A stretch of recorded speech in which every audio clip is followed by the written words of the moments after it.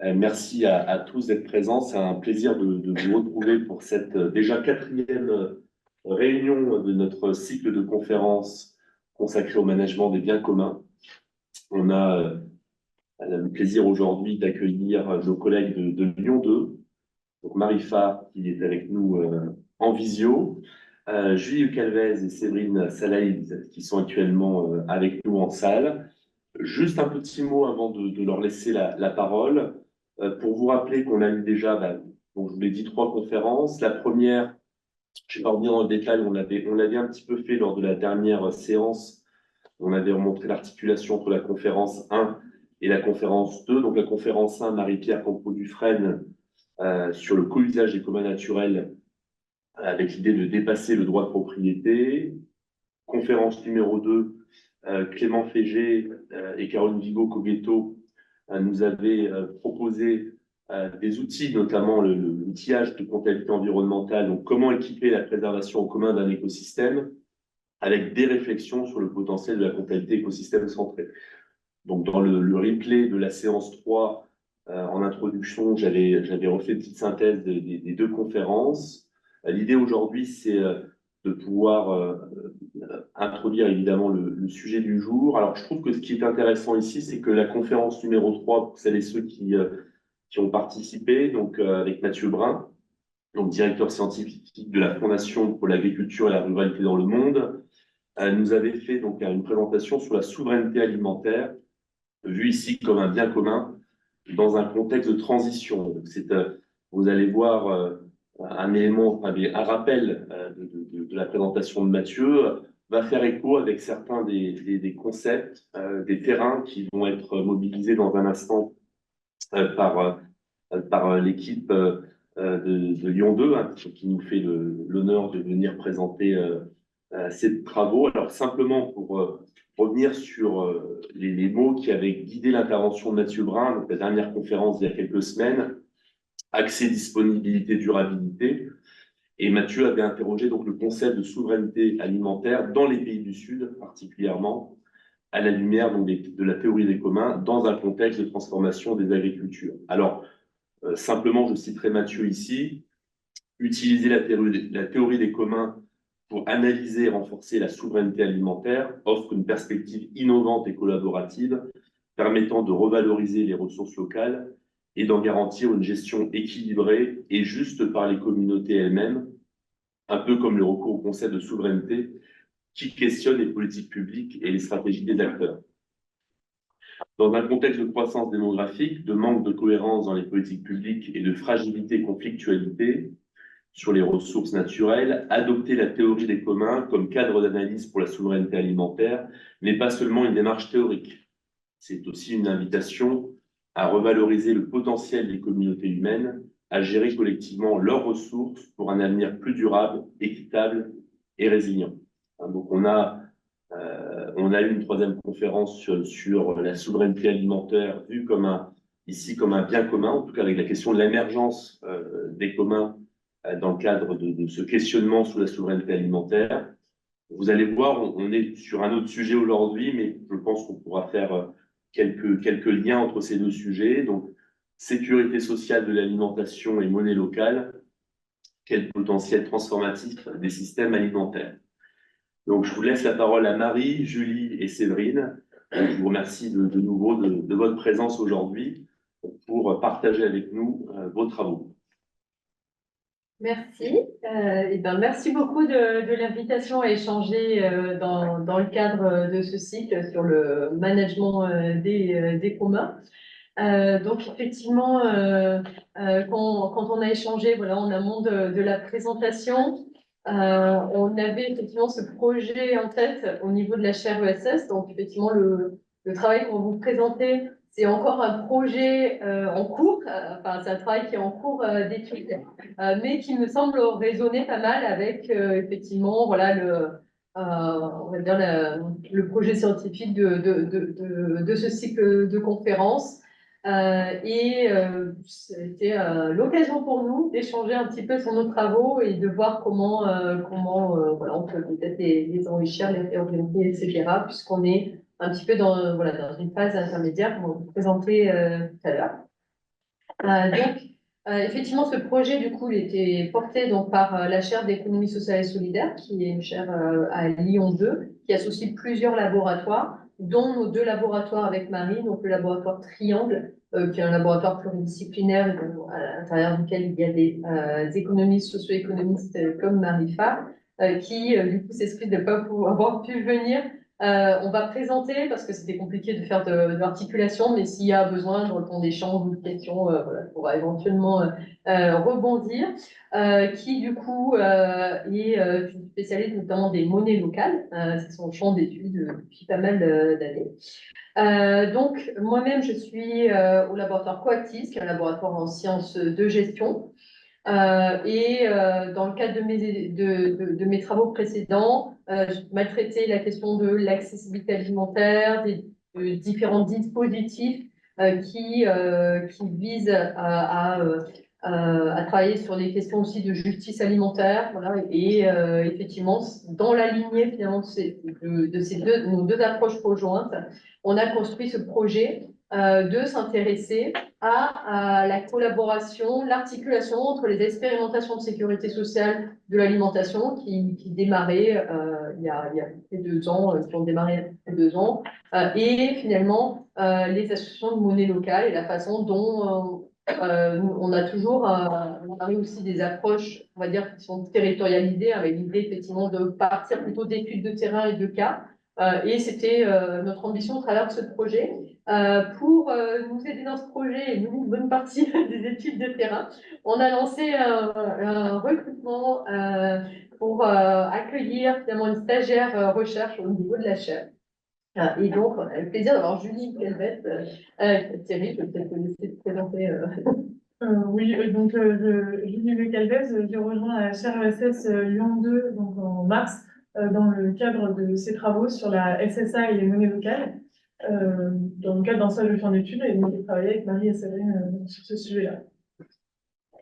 Donc voilà pour la présentation un peu du contexte d'émergence du projet. Maintenant, on va en venir au déroulé de la présentation.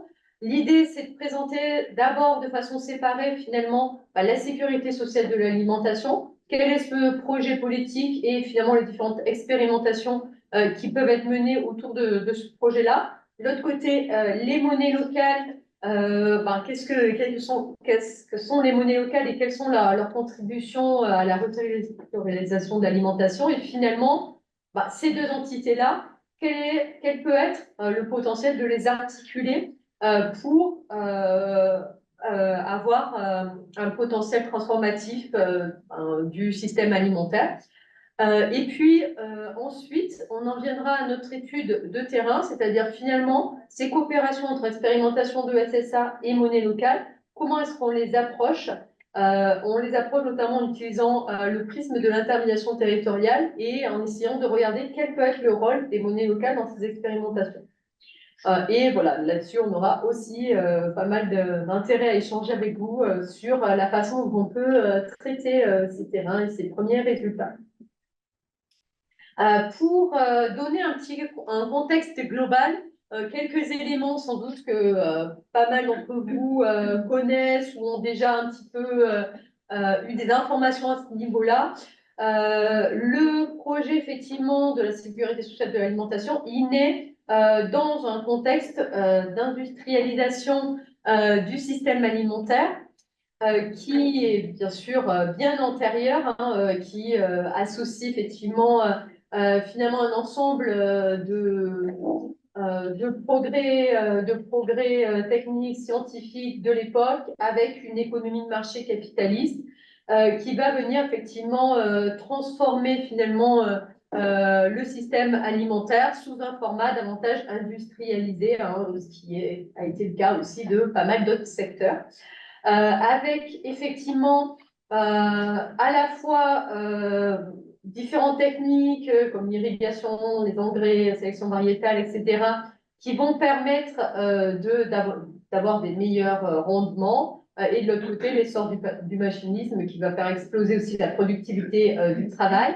Tout cela, effectivement, va entraîner des réductions des coûts de production qui vont effectivement faire baisser aussi les prix agricoles et également la part du budget des ménages qui est consacrée à l'alimentation, même si aussi c'est lié tout simplement à l'augmentation du pouvoir d'achat de façon plus globale et aussi à l'augmentation d'un certain nombre de charges contraintes à côté. Associé finalement à cette industrialisation-là, on voit aussi des évolutions au niveau finalement des fermes qui vont s'endetter, grandir et s'insérer surtout dans une chaîne de valeur industrielle avec en amont et en aval différentes entreprises, industries, etc. Qui constituent aujourd'hui effectivement un système industriel. Ce système industriel, effectivement, il empêche un certain nombre d'alternatives, de façons différentes, on va dire, de produire, de se développer. Donc, il y a tout un tas de travaux qui ont essayé de lister les différents verrous à la transition agroécologique qui étaient liés à ce système alimentaire à dominante agro-industrielle. Et pour en revenir peut-être à la thématique du jour, on a finalement des règles du jeu actuelles du système alimentaire qui n'arrivent pas à tenir compte de l'intérêt collectif, puisqu'effectivement, cette réduction des coûts de production, elle a entraîné d'importants coûts, externalités négatives, coûts sanitaires, sociaux et environnementaux qui sont aussi très bien documentés. Du coup, on est dans des règles du jeu qui restent aveugles finalement à cette prise en compte de l'intérêt collectif et à la préservation des biens communs. On met l'accent sur deux aspects. Il y en a d'autres qui peuvent être considérés comme une industrialisation qui va être au détriment de deux facettes. Déjà, au détriment des travailleurs de ces filières agricoles et alimentaires. Il y a aussi évidemment beaucoup de documentation sur à la fois la baisse de l'emploi agricole, mais aussi la baisse du niveau de vie, les conditions de travail, les durées de travail, les conditions de retraite, etc. Au niveau agricole. Également, si on élargit dans l'industrie agroalimentaire en général, on a eu un certain nombre d'illustrations, par exemple dans la crise de Covid, avec l'illustration du métier de caissière comme étant un exemple de précarité ou autre. Et ici, on a mis une image qui est souvent illustrative de l'inéquité de la répartition de valeur dans la chaîne alimentaire. On voit que sur 100 € d'achat alimentaire, on a à peine 6,5 € qui reviennent aux agriculteurs sur différentes dimensions.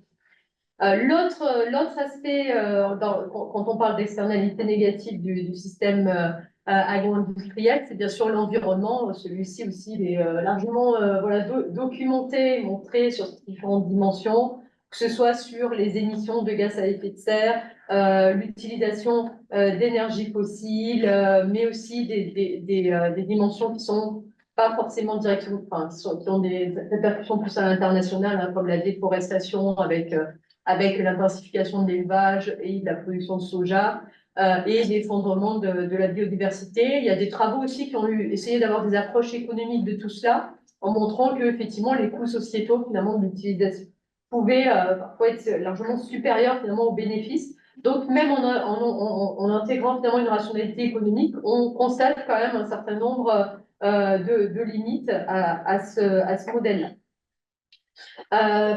En parallèle, bien sûr, de ces effets, on a aussi tout un tas d'alternatives qui ont émergé depuis les années 70 notamment, mais qui sont amplifiées, on va dire, dans les années 2010. On a beaucoup parlé des circuits courts et ça fait partie aussi des sujets, par exemple, d'études qui m'ont occupé sur ces années-là. On s'aperçoit, en fait, la plupart des analyses sur ces alternatives-là montre finalement qu'elle se retrouve un petit peu encerclée dans une certaine niche, face finalement à un plafond pour pouvoir changer d'échelle, avec des circuits courts qui finalement sont peut-être de moins en moins rémunérateurs, de plus en plus chronophages, avec aussi des effets de récupération par l'agro-industrie d'un certain nombre de pratiques, bien sûr, qui peuvent être vues de façon tout à fait positive, ces formes de récupération, mais qui quand même, effectivement, souvent créent de nouveaux verrous finalement au développement de ces systèmes alternatifs, et aussi le constat, effectivement, de rester centré sur une niche, hein, avec effectivement des systèmes qui seraient créateurs de nouvelles formes d'exclusion, qui s'adresseraient qu'aux consommateurs urbains à fort capital culturel, social, financier, etc., aux producteurs aussi à proximité de ces villes, et même avec des phénomènes, effectivement, de ce qu'on appelle gentrification alimentaire de certains quartiers qui ont été pointés. Et du coup, l'alimentation qui deviendra un marqueur de classe sociale avec une alimentation de qualité réservée à certaines personnes. Et puis, finalement, l'agro-industrie qui viendrait plutôt s'adresser aux personnes à petit budget. De l'autre côté, effectivement, on a cette précarité alimentaire qui est en constante augmentation. Pareil, dans les derniers effets de la crise, on a bien vu voilà, les files d'attente devant les associations d'aide alimentaire qui se gonflaient. Et finalement, cet enjeu de sécurité alimentaire qui reste important et une aide alimentaire qui est souvent décriée. Il y a beaucoup de travaux critiques sur l'aide alimentaire, dans quelle mesure elle entretient finalement justement l'insécurité alimentaire, avec à la fois le fait que la très grande majorité des produits qui sont distribués dans l'aide alimentaire sont issus de l'agro-industrie, que même un certain nombre de segments hein, de marché sont dédiés directement à l'aide alimentaire, et que également on n'arrive pas à avoir finalement non seulement une alimentation de qualité, mais qui respecte aussi la dignité des personnes, leur choix, etc., en imposant finalement, hein, il y a une fameuse voilà, image toujours des colis hein, qui sont imposés aux personnes sans qu'ils puissent avoir de marge de manœuvre ou de choix. Un certain nombre de travaux aussi analysent, effectivement, on a par exemple le travail de Bénédicte Bonzi qui a été particulièrement actif dans le projet de la sécurité sociale de l'alimentation, qui parle également de violence alimentaire hein, vis-à-vis de ces personnes qui vont recourir de façon finalement pérenne à l'aide alimentaire, hein, qui était envisagée au départ comme des situations plutôt d'urgence et qui s'installent finalement sur du long terme. Face à ces constats-là, à la fois d'une niche autour des alternatives et finalement de ces critiques de l'aide alimentaire, un certain nombre d'acteurs ont commencé à réfléchir au fait que finalement, pour avoir une véritable transformation de l'ensemble du système alimentaire, il faut aller au-delà de ces expérimentations, il faut arriver à avoir une réponse plus macroéconomique hein, qui entraîne finalement l'ensemble du système. Et cette réponse, elle passerait par une évolution finalement de la demande qui viendrait finalement réorienter le système alimentaire de façon à ce que effectivement il puisse convenir aux besoins aux attentes et qui puisse effectivement avoir une fonction aussi d'intérêt général. Donc on en vient justement à donc, c'est dans ce cadre-là que la sécurité sociale d'alimentation est naissante. En fait, elle se veut comme une réponse pratique pour la mise en place d'un droit à l'alimentation durable, qui est un droit donc revendiqué par tous les membres soutenant une sécurité sociale d'alimentation. Après ces constats, donc d'une part d'une crise agricole et d'autre part d'une crise d'accessibilité à l'alimentation, elle propose une approche orientée vers la démocratie alimentaire, en stipulant que le travail démocratique est le point de départ de la construction d'un système alimentaire durable. Et elle est largement inspirée du régime général de la sécurité sociale en 1946, tel qu'il a été instauré en 1946, qui offre une gouvernance aux caisses primaires à l'échelle locale. Et donc, en fait, la proposition, c'est 150 € par mois, une allocation de 150 € par mois pour s'alimenter par personne, qui serait directement fléchée vers l'alimentation. Et elle a émergé en 2019, elle a été formalisée en 2019 avec le collectif national pour une SSA qui s'est formalisé, dont les membres aujourd'hui sont assez nombreux. On recense notamment ISF Agrista qui était là dès le départ, les réseaux CIVAM, le réseau salarial, la Confédération paysanne, l'association BRAC, encore Territoire à vivre, donc qui est un collectif situé sur plusieurs territoires en France aujourd'hui. Et la proposition est proposée, donc soutient 3 piliers. Le premier qui est l'universalité, c'est-à-dire que la SSA s'adresse à toutes et à tous, quel que soit leur revenu. Le second est le conventionnement démocratique. Donc elle propose de choisir les lieux d'approvisionnement en commun avec une ouverture qui est laissée aux modalités en fait de ces choix, mais insiste bien sur le fait qu'il faut que les citoyens se réimprègnent des constats du système alimentaire et surtout des choix de où est-ce qu'on peut aller dépenser cette allocation. Et finalement, un financement par cotisation, selon les moyens et réparti selon les besoins. Là encore, les sources de ces cotisations, qu'elles soient salariales ou à l'employeur, ne sont pas explicitées par le collectif. En fait, tout ça, c'est un projet politique global, mais qui aujourd'hui n'est pas du tout effectif et ne le sera pas forcément dans les prochaines années, mais elle se décline, en fait, cette proposition-là est reprise et se décline sur les territoires qui s'en imprègnent et qui font en fonction des acteurs qui sont présents sur le territoire, en fonction de leur périmètre d'action, des personnes qu'ils peuvent toucher et surtout des ressources qu'ils ont également. Donc aujourd'hui, il y a une trentaine d'initiatives en France. Enfin, au-delà d'une trentaine, il n'y a pas de recensement qui est fait, de recensement officiel. Le collectif en propose quelques-unes sur son site, mais c'est pas forcément actualisé, en tout cas jusqu'à aujourd'hui. L'expérimentation, du coup, s'approprie différemment les trois piliers qu'on vient de voir. Donc, le public, les modalités de ce conventionnement démocratique et la part des cotisations dans le financement de cette allocation. Donc, on a vraiment une pluralité des modalités, autant d'expérimentation que de possibilités, en fait. Et surtout, on note une pluralité d'acteurs impliqués qui, au départ, étaient très associatifs, principalement associatifs. Et au fil des années, on voit des collectivités qui s'imprègnent de plus en plus de cette proposition de sécurité sociale de l'alimentation. Voilà.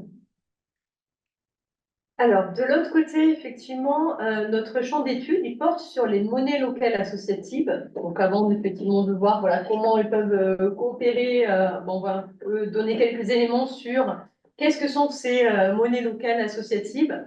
Donc, effectivement, ce sont des monnaies qui sont nées en France plutôt à partir une version, voilà, ouais, il y a une version dans le schéma. Par contre, elles émergent, disons, à la suite d'un ensemble aussi de réflexions militantes et d'expériences internationales. Hein. Vous avez peut-être déjà entendu parler aussi de ce qu'on appelle des systèmes d'échange locaux, hein, par exemple, voilà, qui sont effectivement dans, on va dire, la même dynamique, hein, qui est effectivement le point commun de ces monnaies locales associatives, ça va être un projet aussi de transformation sociale qui se base sur la dénonciation de l'insoutenabilité du système économique, financier et monétaire contemporain. Du coup, on voit un certain nombre de proximités possibles, hein, déjà sur ces constats partagés avec effectivement le projet de la SSA. L'idée aussi, c'est de dépasser la consommation, c'est-à-dire effectivement le fait que ce sont que les choix individuels, hein, qui vont faire évoluer finalement le système alimentaire, mais de faire une critique par l'action, hein, donc en rentrant finalement en économie, en construisant aussi l'infrastructure pour pouvoir modifier les pratiques qui sont dénoncées. Donc en sortant effectivement d'une action purement militante de dénonciation pour rentrer finalement dans l'action économique, hein, ce qu'on peut qualifier, ce qu'on regroupe souvent dans le regroupement des nouveaux mouvements socio-économiques. Ce qui caractérise ces monnaies locales, c'est qu'elles sont convertibles, hein, donc elles sont complémentaires effectivement à l'euro, hein, c'est-à-dire effectivement, tout simplement, une monnaie locale égale 1 euro. Donc on va simplement changer effectivement ces euros en monnaie locale pour pouvoir les utiliser dans certains lieux. Les euros ensuite vont venir abonder un fonds de réserve. Aujourd'hui en France, on a à peu près 73 monnaies locales en circulation. Ici, vous avez aussi les chiffres globaux. Il faut savoir qu'on a quand même des tailles de monnaies locales qui peuvent être assez différentes. Mais on va avoir des moyennes autour de 200-300 prestataires et 1000-1500 citoyens qui mobilisent ces monnaies. Également, ces monnaies locales vont porter aussi un projet à plus grande échelle, puisqu'elles vont être connecter aussi à d'autres expériences françaises via un travail en réseau. Il y a 2 réseaux, notamment l'association Mouvement Sol et le réseau des monnaies locales complémentaires, et également un travail avec d'autres projets et espaces de militantisme connexes. Ici aussi, on peut voir un certain nombre de proximités avec la sécurité sociale de l'alimentation, où on a un collectif national, puis des expérimentations locales. Au niveau de la territorialisation de l'alimentation, en fait, les monnaies locales, le projet de la monnaie locale, hein, ce qu'il faut bien avoir en tête, c'est qu'il n'est pas sectoriel. C'est-à-dire qu'effectivement, l'idée, c'est véritablement de pouvoir utiliser la monnaie locale, quel que soit le secteur, dans le territoire. Ce qui est central dans la monnaie locale, c'est le fait que cette monnaie puisse circuler auprès de prestataires professionnels. C'est pour ça qu'on a repris ce schéma qui illustre l'intérêt de la circulation et dans quelle mesure l'utilisation de la monnaie locale peut favoriser effectivement la reterritorialisation de l'économie, dont le secteur alimentaire, puisqu'effectivement, l'idée, c'est que le particulier puisse faire ses achats en monnaie locale, mais qu'ensuite le fournisseur ne convertisse pas cette monnaie locale en euros, mais la réutilise lui-même auprès de ses fournisseurs, etc. Et du coup, effectivement, via l'utilisation de la monnaie locale, on puisse avoir une utilité sociale sur le territoire autour d'un développement territorial par les acteurs qui le portent, d'un rééquilibrage des rapports de force au profit finalement des acteurs économiques de proximité, voilà, du petit entrepreneuriat local plutôt qu'effectivement la GMS par exemple. Reconnecter aussi les espaces de formation et de dépense des revenus, puisqu'on peut également payer aussi, par exemple, des collectivités locales peuvent choisir de payer une partie du salaire en monnaie locale. Et puis, il y a également des possibilités aussi que la monnaie locale puisse venir jouer un certain rôle de financeur d'un certain nombre de projets, via l'accès au crédit ou l'investissement dans des projets, et puisse finalement occuper un véritable rôle d'intermédiation territoriale sur son territoire. Donc, effectivement, la dimension de circularité et le fait d'essayer de limiter au plus possible la possibilité de reconvertir la monnaie locale sont des éléments clés quand même du potentiel, voilà, de transformation d'une monnaie locale. L'autre facteur de succès d'une monnaie locale, c'est le fait d'avoir une diversité de biens et de services, une variété d'acteurs, une ampleur du réseau, évidemment, pour que finalement on puisse le plus possible utiliser et rentrer en circulation dans ces niveaux-là. Donc on voit que là-dessus, on peut voir un certain nombre de proximités, mais aussi possiblement de clés de tension, d'articulation autour de projets qui seraient plus centrés sur l'alimentation. Parce qu'effectivement, même si une grande part des prestataires sont dans l'alimentation, ce n'est pas uniquement dans ce secteur-là. L'autre atout, on va dire, des monnaies locales associatives pour les enjeux de transformation sur un territoire, c'est qu'effectivement, ce sont des outils aussi de transformation des pratiques et des représentations. Déjà, effectivement, la construction d'un projet de monnaie locale, c'est un temps qui est long, qui dure en moyenne 2 ans, qui implique un collectif, effectivement, d'habitants, de prestataires, qui s'appuie en général sur la rédaction d'une charte de valeurs, donc où il y a effectivement un certain nombre de délibérations, d'échanges qui sont menés.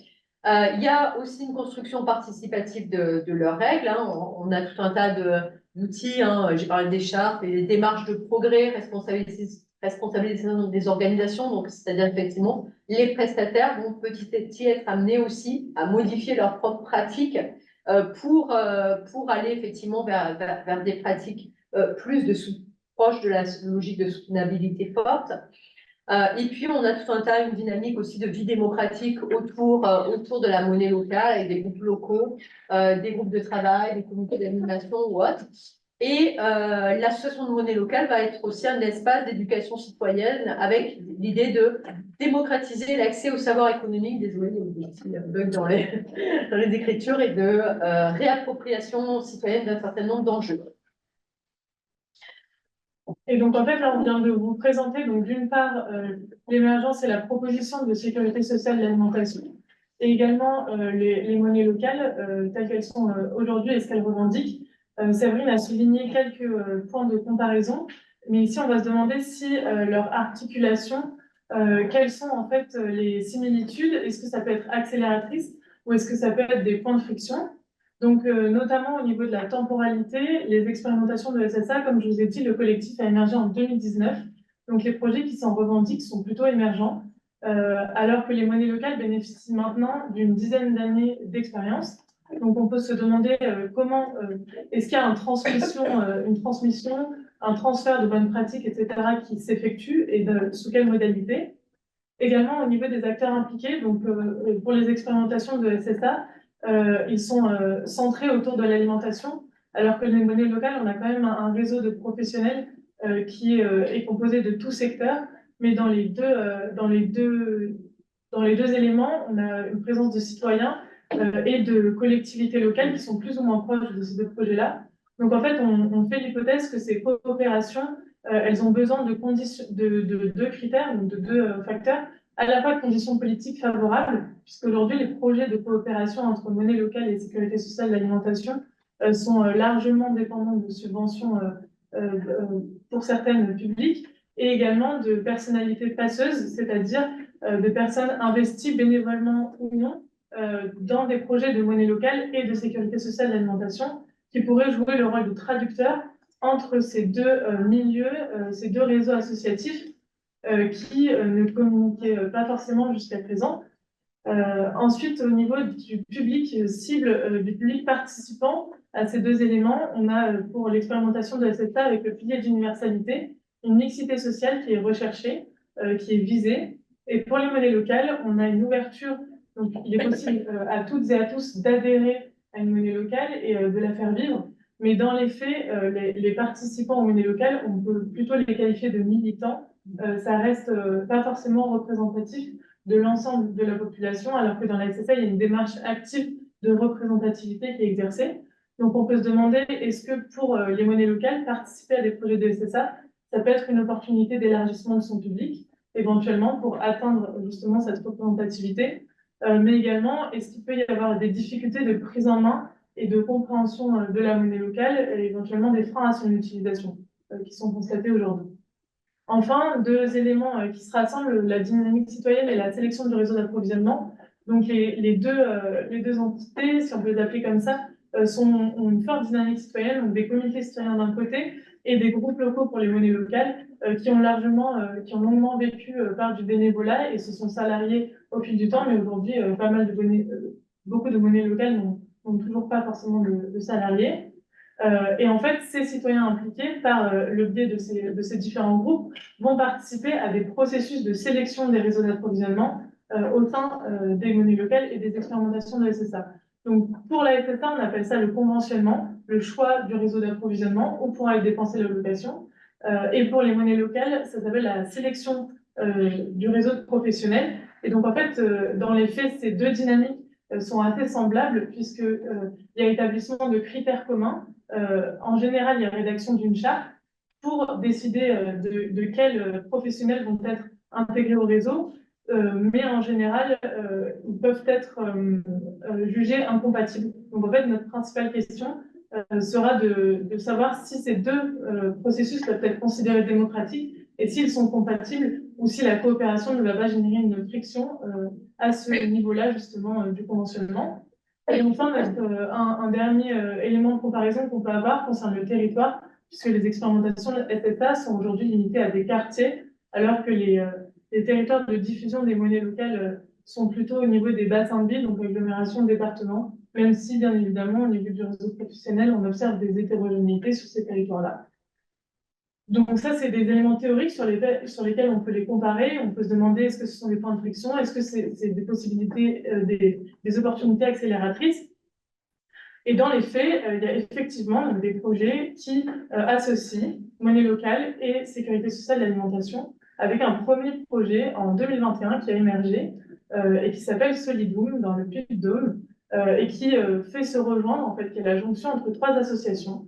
Une association porteuse de la monnaie locale, la DML 63, une association d'accompagnement au changement de pratiques alimentaires et un intermédiateur territorial qui dispose d'un réseau assez large sur le territoire. Et donc, en fait, ces trois structures ont décidé de collaborer au nom du projet Solidoum, qui est constitué d'une caisse de cotisation redistribution, qui est l'élément principal, en fait, porté par la Sécurité sociale d'alimentation, et un dispositif d'accompagnement assez important d'un public jeune.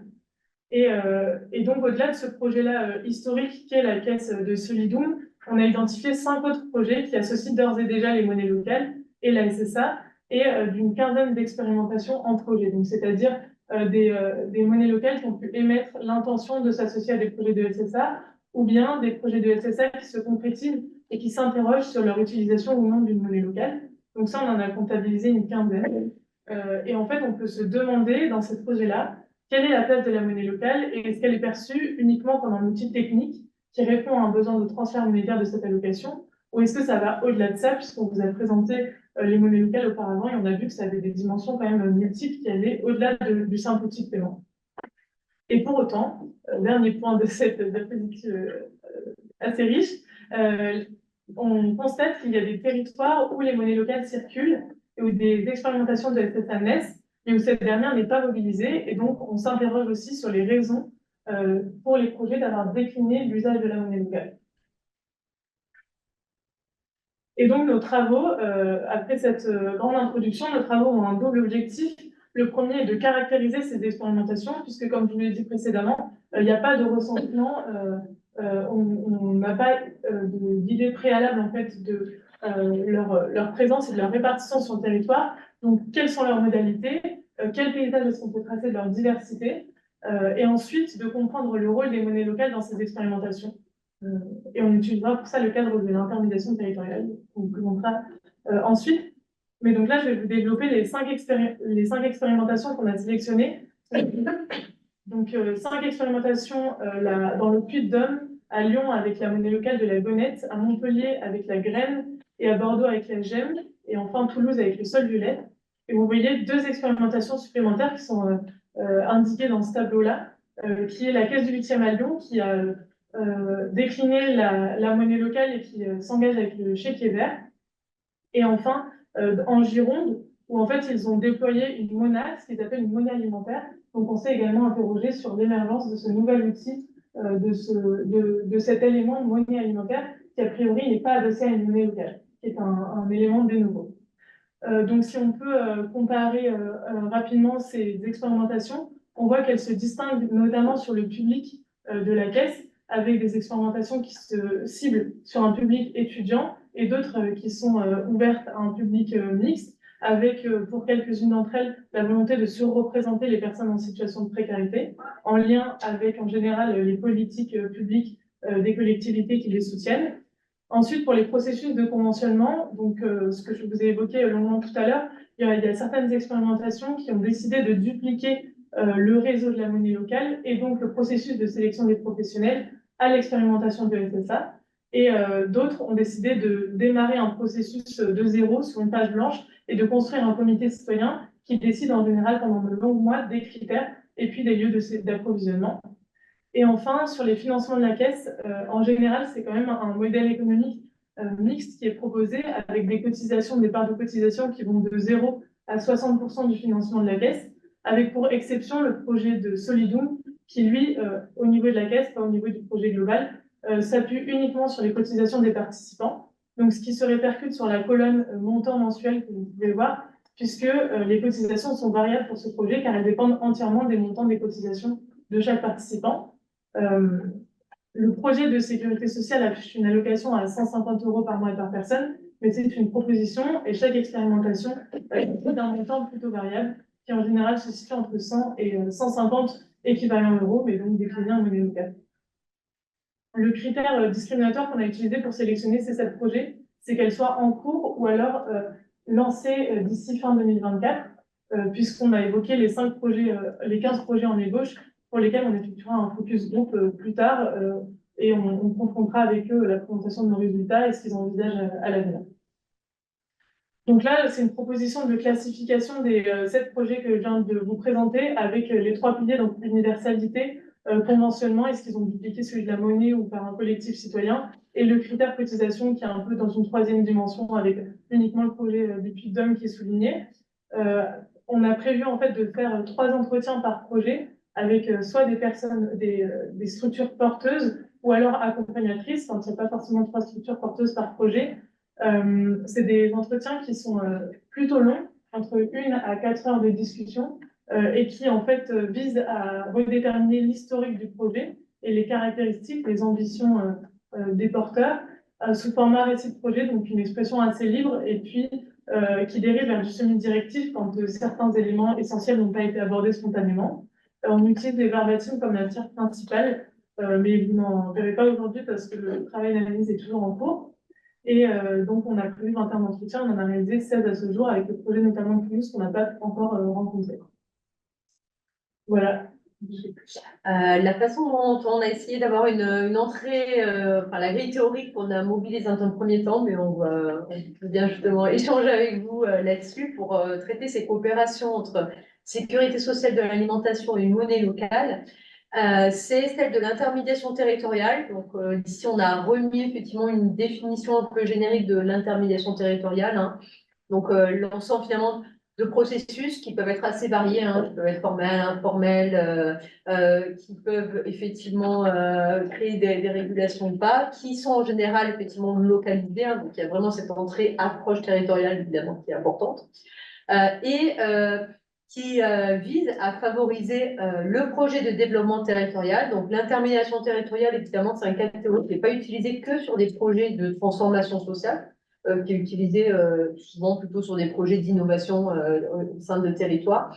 L'idée, et en tout cas la contribution aussi plutôt scientifique de mobiliser dans le cadre des coopérations SSA monnaie locale, c'est effectivement de traiter quand effectivement on est sur un projet qui vise plutôt une transformation sociale ou dit voilà, innovation sociale de rupture.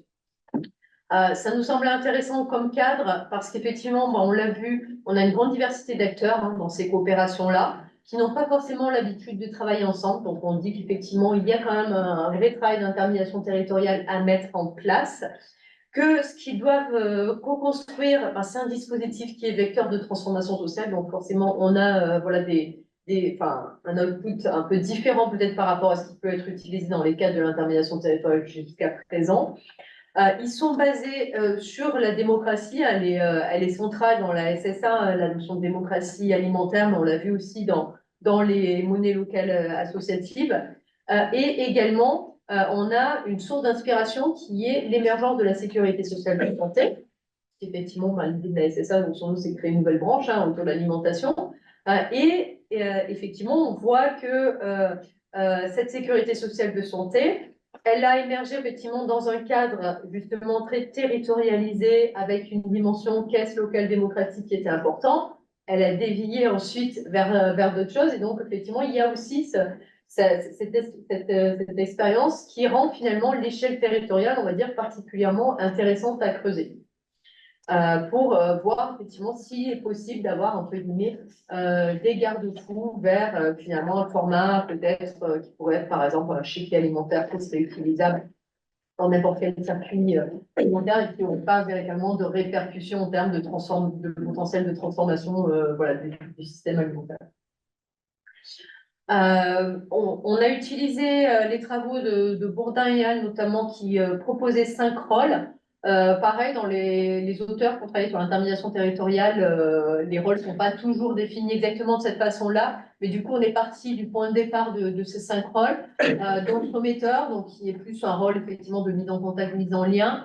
Facilitateur, qui est un rôle principalement autour effectivement de la création et du transfert, de la traduction des connaissances et des savoirs.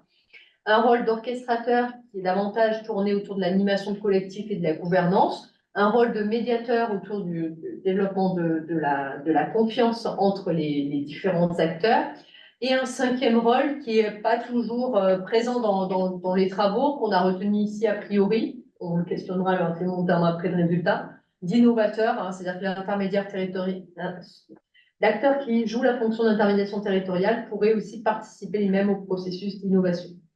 L'idée de cette grille, c'était de façon assez classique d'essayer de voir, du coup, la monnaie locale, quels sont les rôles qu'elle endosse dans ces expérimentations de SSA, et d'essayer d'affiner finalement ces différents rôles, hein, c'est-à-dire d'identifier quelles sont concrètement les actions mises en place par la monnaie autour de chacun de ces rôles. Et bien sûr, de pouvoir avoir une logique d'étude comparative, hein, c'est-à-dire de voir dans nos 7 cas, finalement, alors il n'y a que 5 cas où il y a une monnaie locale qui est mobilisée, mais du coup,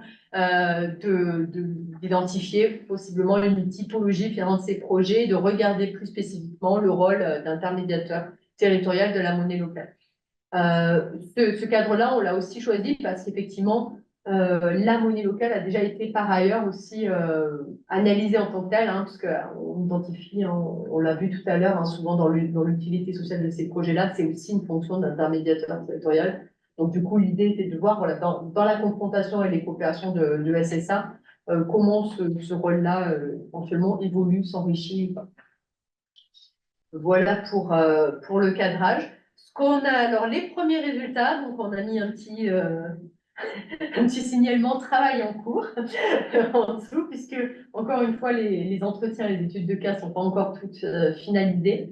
Ce qu'on a pu repérer sur le rôle d'entremetteur, alors qui n'est pas en soi forcément entre guillemets, le rôle voilà, le plus intéressant dans l'intermédiation territoriale, mais qu'on retrouve quand même sur certaines dimensions, on a effectivement tout simplement cette mise en réseau avec les membres de la communauté monétaire, donc les prestataires qui sont déjà habilités à recevoir des monnaies locales, qui vont être mis en réseau avec d'autres acteurs de l'alimentation durable du territoire. Également, la mise en lien avec les usagers et possiblement la mise en lien avec les collectivités, puisqu'on l'a vu, les monnaies locales sont aussi des acteurs qui parfois ont déjà effectivement des relations assez étroites avec ces acteurs-là. Effectivement, on se rend compte que finalement, il est rare que la monnaie locale, quand même, joue un rôle d'entremetteur aux prémices du projet, c'est-à-dire qu'elle arrive souvent quand même dans un second temps dans les différentes expérimentations, essentiellement par rapport à son rôle de mise à disposition de la communauté monétaire, c'est-à-dire ce fameux réseau de prestataires. Sur le rôle de facilitateur, donc là, effectivement, le rôle de facilitateur il nous semble quand même crucial sur un projet avec une approche territoriale de transformation sociale, puisqu'on est ici sur un rôle qui consiste effectivement à construire de nouvelles connaissances, les traduire, les faire circuler, etc.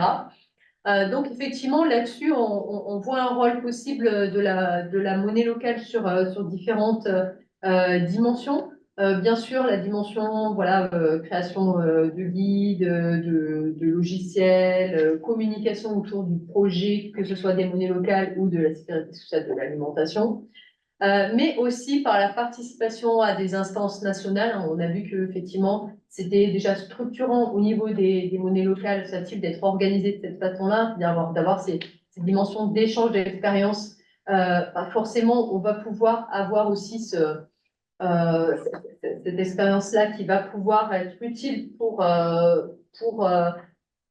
participer à des instances nationales, par exemple au collectif national de la SSA. On peut avoir effectivement la monnaie locale qui vient représenter une expérimentation. C'est pas toujours le cas, mais ça peut exister. Ça peut être des vecteurs aussi d'échange de pratiques et de travaux de recherche. Par également un travail autour de l'explicitation du projet au grand public. Pareil, on a vu qu'on avait des monnaies locales qui avaient déjà une antériorité dans la mobilisation finalement citoyenne, le travail sur des outils d'éducation populaire qui vont pouvoir aussi être finalement des accélérateurs éventuellement sur des projets de SSA sur ces dimensions-là. Donc il nous semble que ce rôle-là, en tout cas, va être une dimension à creuser pour venir justement renforcer le potentiel d'innovation sociale du projet, puisque c'est vrai que notre hypothèse de départ, c'est un peu de se dire, est-ce que finalement, quand les deux acteurs coopèrent, est-ce que quand il y a une coopération entre monnaie locale et expérimentation du SSA, ça va venir renforcer justement ce potentiel d'innovation sociale du projet, ce potentiel transformatif? Est-ce que effectivement, finalement, le fait d'avoir une coopération, une articulation entre ces deux projets vient le renforcer? Par ce rôle de facilitateur, il me semble qu'il y a quand même une dimension importante à creuser ici. Sur le rôle d'orchestrateur, il me semble que c'est un rôle qui est quand même endossé de façon assez diverse selon les projets. Et effectivement, on peut voir un certain nombre de projets où finalement la monnaie locale ne va pas véritablement endosser ce rôle-là d'orchestrateur. Ça va être au centre finalement de l'animation du projet, du pilotage de l'expérimentation, mais peut parfois jouer un rôle plutôt qui peut être caractérisé plutôt de médiateur dans le cadre de gestion de conflits, par exemple.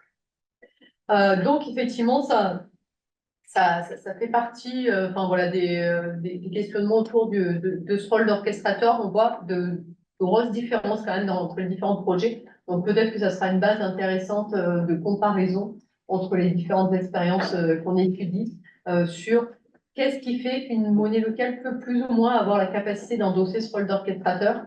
Voilà, donc là, on est un peu plus sur identifier aussi les déterminants qui pourraient venir renforcer le rôle d'orchestrateur ou pas de monnaie locale.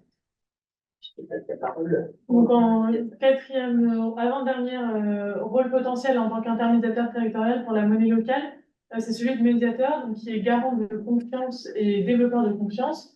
Pour la monnaie locale, on en a identifié trois qui peuvent se rapprocher des confiances développées par Agliata et Orléans de 98, donc confiance méthodique, hiérarchique et éthique de la monnaie.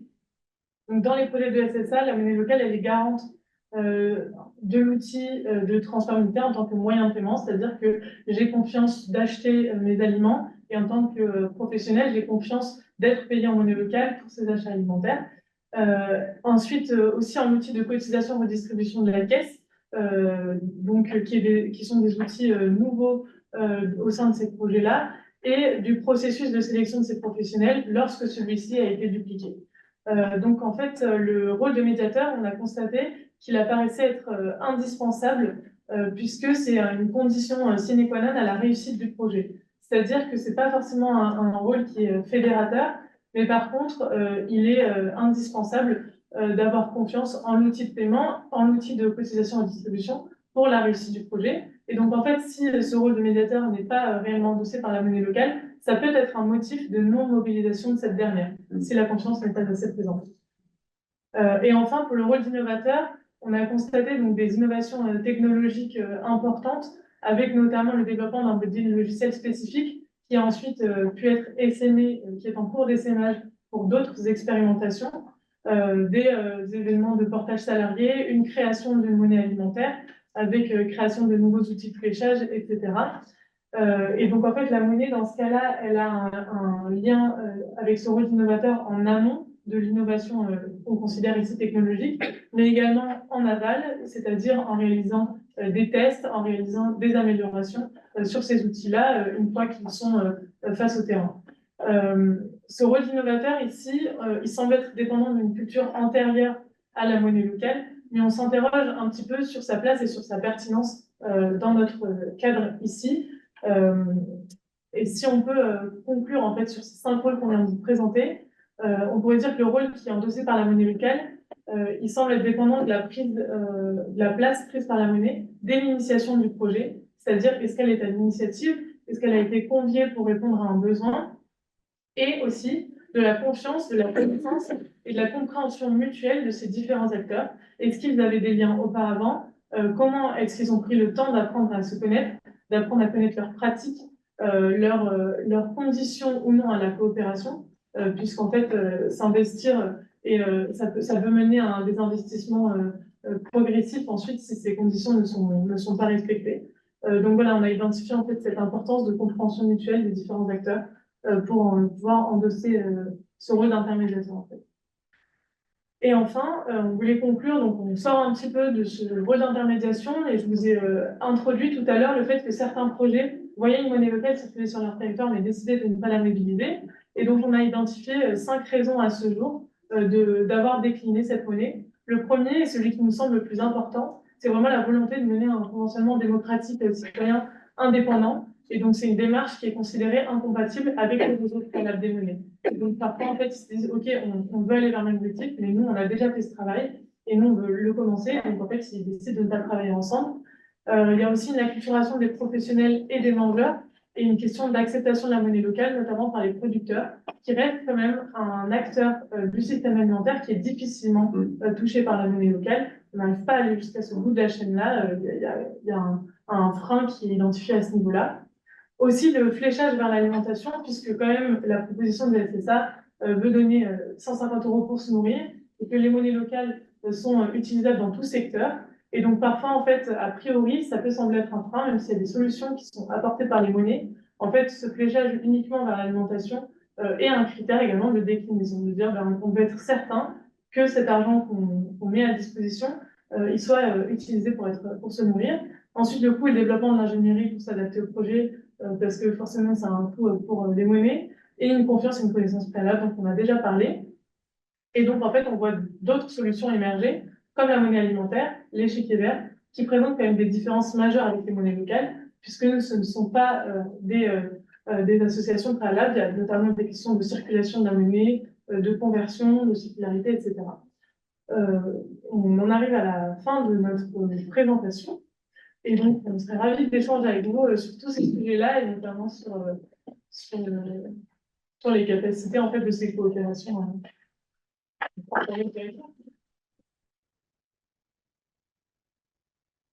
Merci beaucoup pour cette présentation. Alors, pour les personnes en distanciel, n'hésitez pas à demander la parole ou à poser des questions par le biais du chat de réunion. Également ici en salle, possibilité évidemment pour tous de poser des questions. Je crois que Christophe est prêt. Non, parce que Et Aude également. je dois partir à 16h. D'accord. Donc, Eh bien, je t'en prie. Alors, parle peut-être un petit peu plus fort. oui, donc j'ai pris quelques notes sur votre présentation. Donc, j'ai trouvé que c'était intéressant, un travail de recherche original, et c'est rafraîchissant dans un contexte où parfois on travaille en recherche sur des sujets un peu éculés, où on tourne un petit peu en rond. Après, ça soulève effectivement un certain nombre de discussions, de débats, et je vais essayer d'ouvrir quelques discussions, débats autour de votre travail.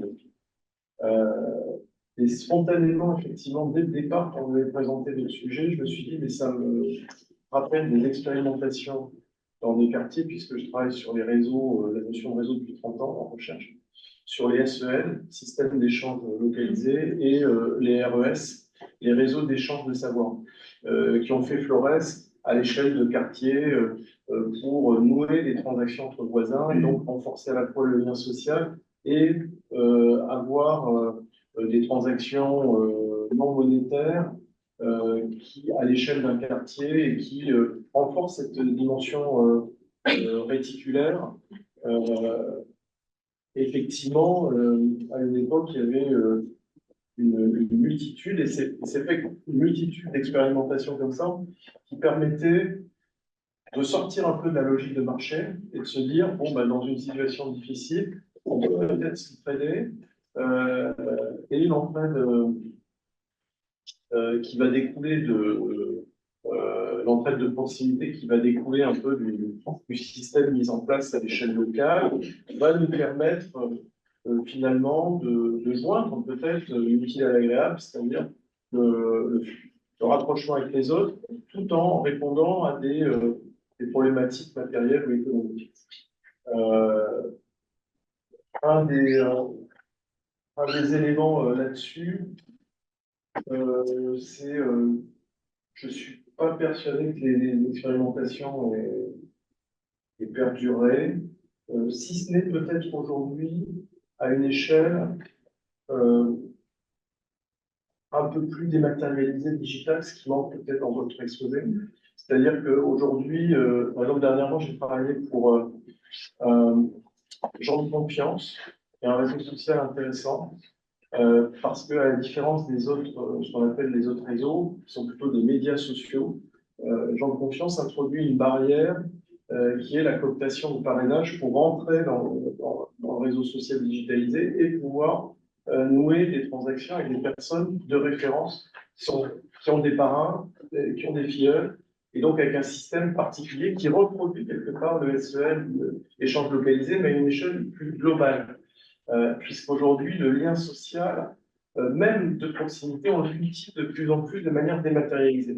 Donc ça, c'est un peu la limite aussi peut-être de la discussion de l'exposé, que ce soit au niveau des monnaies, monnaie dématérialisée, monnaie délocalisée, cybermonnaie, mais également au niveau du lien de socialisation. Ce qui n'enlève rien après au débat sur le fond et aux questions que vous soulevez. Alors, ensuite, là où je n'étais pas d'accord avec vous, c'est peut-être de la critique un peu abrupte du système industriel, massification, production, consommation. Ça entraîne systématiquement la pauvreté d'agriculteurs, quelque part. C'est un peu dans le débat ce que vous avez présenté. Si on regarde, et il y a des externalités négatives, socio-environnementales, oui, effectivement, ce que vous dites est juste de ce point de vue-là. Par contre, sur comment résoudre ce problème, et la pauvreté ne vient pas forcément de la massification. La massification, c'est la baisse des coûts et l'augmentation du pouvoir d'achat. Le problème de la pauvreté des agriculteurs, c'est la concurrence déloyale, c'est-à-dire des produits importés dans le territoire qui ne respectent pas les mêmes règles, les mêmes normes, les mêmes coûts de sécurité sociale, par exemple, la même protection de sécurité sociale, et donc qui arrivent avec un avantage compétitif déloyal sur le territoire en question. On le voit par exemple entre la France, l'Europe et le reste du monde, sur des produits agroalimentaires. Mais surtout, il y a un autre aspect, c'est la captation des marges par les grands distributeurs. Et donc, ce qui veut dire que la réponse, moi je vois une double réponse à ce défi économique. C'est la stratégie d'intégration verticale, c'est-à-dire le fait déjà de se mettre en coopérative et ensuite d'intégrer la fonction de distribution comme le font les agriculteurs avec grands frais. Ça, c'est une réponse pour recapter les marges. Et d'autre part, de faire pour la question des externalités négatives, il ne s'agit pas de casser forcément le système de production, il s'agit de faire rentrer dans le prix ces externalités négatives. Aujourd'hui, on n'a pas, à l'échelle mondiale, ce qui fait que le produit agroalimentaire le plus loin du lieu de consommation, le plus polluant, etc., va être le moins cher. Ça, c'est une aberration économique dans la et environnement, on est d'accord. Mais pour résoudre ça, c'est pas forcément en critiquant le système en disant l'agriculteur s'appauvrit. C'est pas aussi simple que ça. Je pense que c'est à partir du moment où, dans l'arbitrage du consommateur, on lui montre un prix, et dans le prix, il y a une dimension un peu plus vertueuse sur la protection environnementale notamment, bah, il va acheter le produit le moins cher, le produit le plus proche de lui. Aujourd'hui, ce n'est pas le cas. Le produit le plus éloigné est souvent le moins cher. Donc, c'est là où il y a quelque chose qui est à revoir dans ce qu'on pourrait appeler une taxe carbone mondialisée. Pourquoi je dis ça? Parce que sinon, on passe à côté d'un problème qui est central, c'est qu'à l'échelle mondiale, la démographie augmente. En 2050, on sera 10 milliards. Les terres cultivables diminuent à cause du réchauffement, mais pas uniquement. Et donc, il faut augmenter les rendements agricoles. Donc, comment on fait pour résoudre le problème de la souveraineté alimentaire à l'échelle mondiale, et pas uniquement à l'échelle d'un territoire? Dans ce contexte-là, on ne peut pas tuer le système nécessairement industriel. Par contre, il faut le réorienter, effectivement, à l'image de vos travaux, peut-être localement, et considérer que produire local pour consommer local, ça a davantage de sens dans ce domaine-là, et dans beaucoup de domaines, que d'alimenter des chaînes d'approvisionnement supply chain mondialisées. Ça c'est sûr. Mais il n'empêche qu'il y a ce paramètre. Donc, développement durable à l'échelle locale, oui, mais dans un contexte mondialisé où on va être obligé de réfléchir sur l'augmentation. Alors ensuite, sécurité sociale alimentaire, qui paye? C'est toujours le problème, c'est-à-dire qu'on peut profiter de la solidarité. Je prends l'exemple du régime général de la sécurité sociale aujourd'hui en France, c'est en déficit. Donc on paye, il y a des cotisations. Pourquoi c'est en déficit? Parce que c'est les impôts qui, pour aujourd'hui, la protection sociale, 50% des impôts pallient à la protection sociale sous toutes ses formes. Donc on a un déséquilibre des comptes sociaux. Alors pourquoi? Il y a moins d'actifs, il y a du chômage, la démographie, il n'y a pas un renouvellement démographique qui est suffisant. Et puis il n'y a pas eu de réforme aussi sur les régimes sociaux. Donc le problème déjà au niveau général, on voit que rapidement la solidarité a un coût. c'est un déficit, et finalement, c'est pas forcément celui qui bénéficie de la solidarité qui paye, c'est celui qui paye beaucoup d'impôts. Tout le monde paye pas d'impôts en France, donc tout le monde profite de la sécurité sociale. Donc, c'est la question qui va se poser au niveau des territoires pour mettre en place ce système, c'est effectivement qui paye et comment on reste en équilibre sur ce sujet. Alors, la monnaie locale, ça, j'ai trouvé ça très intéressant. Alors, insoutenabilité du système économique, financier, monétaire mondial, bon, on peut en débattre, c'est pas le sujet. Par contre, discutons de la monnaie locale au niveau des territoires. Là, ça m'a rappelé le principe au Moyen-Âge des cités, c'est-à-dire que la vie s'organisait autour de cités, les moyens de transport, de locomotion étaient réduits, et donc il y avait au Moyen-Âge, il n'y avait pas une monnaie de référence universelle, il y avait des monnaies locales qui découlaient d'ailleurs du système de troc. Donc votre projet, il est pas loin aussi des mécanismes de troc. C'est-à-dire que c'est moins, à ce moment-là, c'est moins le vecteur qui est important, la monnaie ou l'objet que l'on échange, que la confiance dans les marchands, que la confiance dans les personnes qui sont en face de vous. Et c'est là où je me suis posé la question. Je me suis posé plusieurs questions. Donc déjà, la valeur de la monnaie, comment on la garde, parce que qui incarne la confiance, la clé là-dedans, c'est la confiance dans la monnaie. Donc, qui incarne la confiance sur le système et comment garder la valeur de la monnaie. Alors, la valeur de la monnaie, souvent, à l'échelle des systèmes monétaires internationaux, c'est une banque centrale qui est garante avec des réserves, par exemple, en or ou des contreparties d'autres monnaies qui garantit la valeur de la monnaie.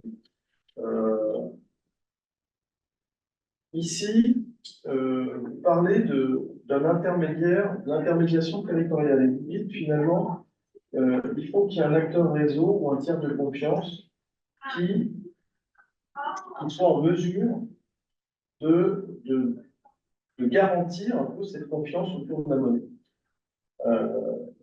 Donc ça, c'est pourquoi pas, mais qui incarne la confiance, puisque des formes de confiance, en fait, pas uniquement sur la monnaie, mais il y en a trois. Vous avez la confiance individu-personnelle, c'est-à-dire on est avec un capital de confiance, le lien du sang, le lien identitaire dans les communautés. On va construire le capital de confiance dans des relations. C'est l'expérience passée, donc c'est les amis. Ou on institutionnalise la confiance. C'est peut-être plus votre propos avec les associations militantes. C'est-à-dire, on incarne la confiance par l'institution pour gagner du temps entre anonymes. C'est-à-dire, on fédère des anonymes. Ils n'ont pas besoin d'avoir confiance entre eux. Ils ont confiance dans l'institution et ça leur suffit pour pouvoir nouer des transactions, échanger de la monnaie, etc. Effectivement, le lien de confiance le plus faible, il est lorsqu'on l'institutionnalise. Et c'est dommage de perdre le lien de confiance le plus fort, qui est probablement dans les territoires, ce lien de proximité, dans les villages, dans les quartiers. Il y a tout un aspect que vous n'avez pas évoqué, j'ai trouvé ça dommage, parce que à l'échelle d'un territoire, vous avez l'identité, la culture, les traditions, conventions. Il n'y a pas un territoire qui ressemble à un autre. Et ça, c'est la clé, à mon avis, pour comprendre comment on peut se structurer, se nouer une relation de confiance à une échelle locale et la solidarité à une échelle locale. Ce que vous utilisez, les vecteurs que vous utilisez, la monnaie, la protection sociale, il faut une telle critique quasiment pour que ça fonctionne et que les gens aient confiance et que le système. Et donc, on le voit d'ailleurs. Aujourd'hui, cette taille critique en macroéconomie, c'est un État, voire une coalition d'États. Par exemple, la monnaie aujourd'hui, c'est la Russie qui essaye d'avoir sa propre monnaie avec des réserves d'or pour être détachée du dollar, la Chine, etc. L'Europe qui a créé l'euro pour éviter les fluctuations monétaires. La sécurité sociale, la protection sociale, c'est pareil, c'était des grands ensembles. C'est pas c'est difficile d'avoir cet effet de levier ou cette force à une échelle d'un petit territoire. Par contre, la force du territoire, c'est le lien de confiance, de proximité fort, où on peut travailler en réseau, avoir une solidarité forte. Pourquoi pas pour des échanges de services, pourquoi pas pour imaginer une monnaie locale ou de la solidarité. Mais si on veut l'institutionnaliser, je pense que c'est un changement de taille assez important. Quelques questions. Pourquoi je dis ça? Quelques éléments rapides là-dessus. La migration sociale. C'est-à-dire qu'on voit bien quand on est dans une mutuelle ou une coopérative, on quitte la mutuelle ou la coopérative, on perd le bénéfice de la solidarité ou des avantages qu'on avait. Donc, quid de la SSA et de la monnaie? Qu'est-ce qui se passe si on change de territoire alors qu'on a beaucoup investi dans le SSA ou la monnaie? La mise en concurrence des territoires. Il est évident qu'il y a des territoires plus riches, plus pauvres, qui peuvent accorder une protection sociale plus ou moins forte. Et je ne suis pas sûr que la monnaie ou le SSA change cet aspect-là. Au contraire, si la confiance est faible, si on ne travaille pas assez sur la confiance, on va mettre en concurrence ces territoires et finalement on va retomber dans une logique un peu de marché. Les gens, par opportunisme, vont dire tiens, ben, j'utiliserais bien cette monnaie locale et pas celle-là parce que ça m'apporte un peu plus d'avantages. Ou tiens, je m'installerais bien dans ce territoire parce que finalement, je vais avoir une protection, une assistance, un filet de sécurité assez douillet, c'est confortable, que je n'aurais pas ailleurs. Donc, c'est un peu la limite. Alors après, les études de cas, etc., c'est vrai que quand on travaille sur la monnaie ou système de sécurité sociale, comment on le régit? Il peut y avoir des règles, on peut utiliser le droit, on peut utiliser l'autorité, et la théorie, moi, à mon avis, la plus intéressante à mobiliser, c'est la théorie des conventions, Pierre-Louis Gomez. C'est-à-dire, les conventions, c'est quoi? C'est tout ce qui relève des usages. Et donc ces usages qui sont informels, il s'agit, pourquoi pas, de les formaliser dans un élément, un vecteur qui peut favoriser la coopération et la solidarité. Pourquoi je dis ça? Parce que ça me semble, effectivement, à l'échelle d'un territoire, ça me semble aller davantage de soi que le droit, l'autorité ou les règles, à moins de faire du séparatisme, de l'indépendantisme, et de dire on sort complètement de la logique. Puisque, en fait, la monnaie, le système de sécurité, c'est une prérogative d'État. Donc, le développer à l'échelle d'un petit territoire, c'est se mettre un peu en marge. On peut imaginer peut-être aujourd'hui la Nouvelle-Calédonie qui voudrait, pour certains, vivre dans l'indépendance, peut-être Corse, peut-être, mais, mais si on regarde concrètement la force de ces territoires, c'est plus les conventions, son propre territoire, sont spécifiques, qui vont faire en sorte que quand vous êtes Corse, vous quittez l'île pour retrouver un autre Corse à l'autre bout du monde, vous avez un sentiment de solidarité, d'entraide naturelle qui se produit, c'est ce qu'on appelle le régionalisme. Et donc, comment vous cultivez sur ce régionalisme pour remettre en place des systèmes qui renforcent la coopération à l'échelle ou la gestion du bien commun à l'échelle du territoire? C'est ça l'enjeu, plus que de dire on va mettre des règles du droit ou d'autorité. Sinon, si on passe sur les règles d'autorité et droit, on va avoir de l'opportunisme, de la logique de marché qui va, à mon sens, revenir en force.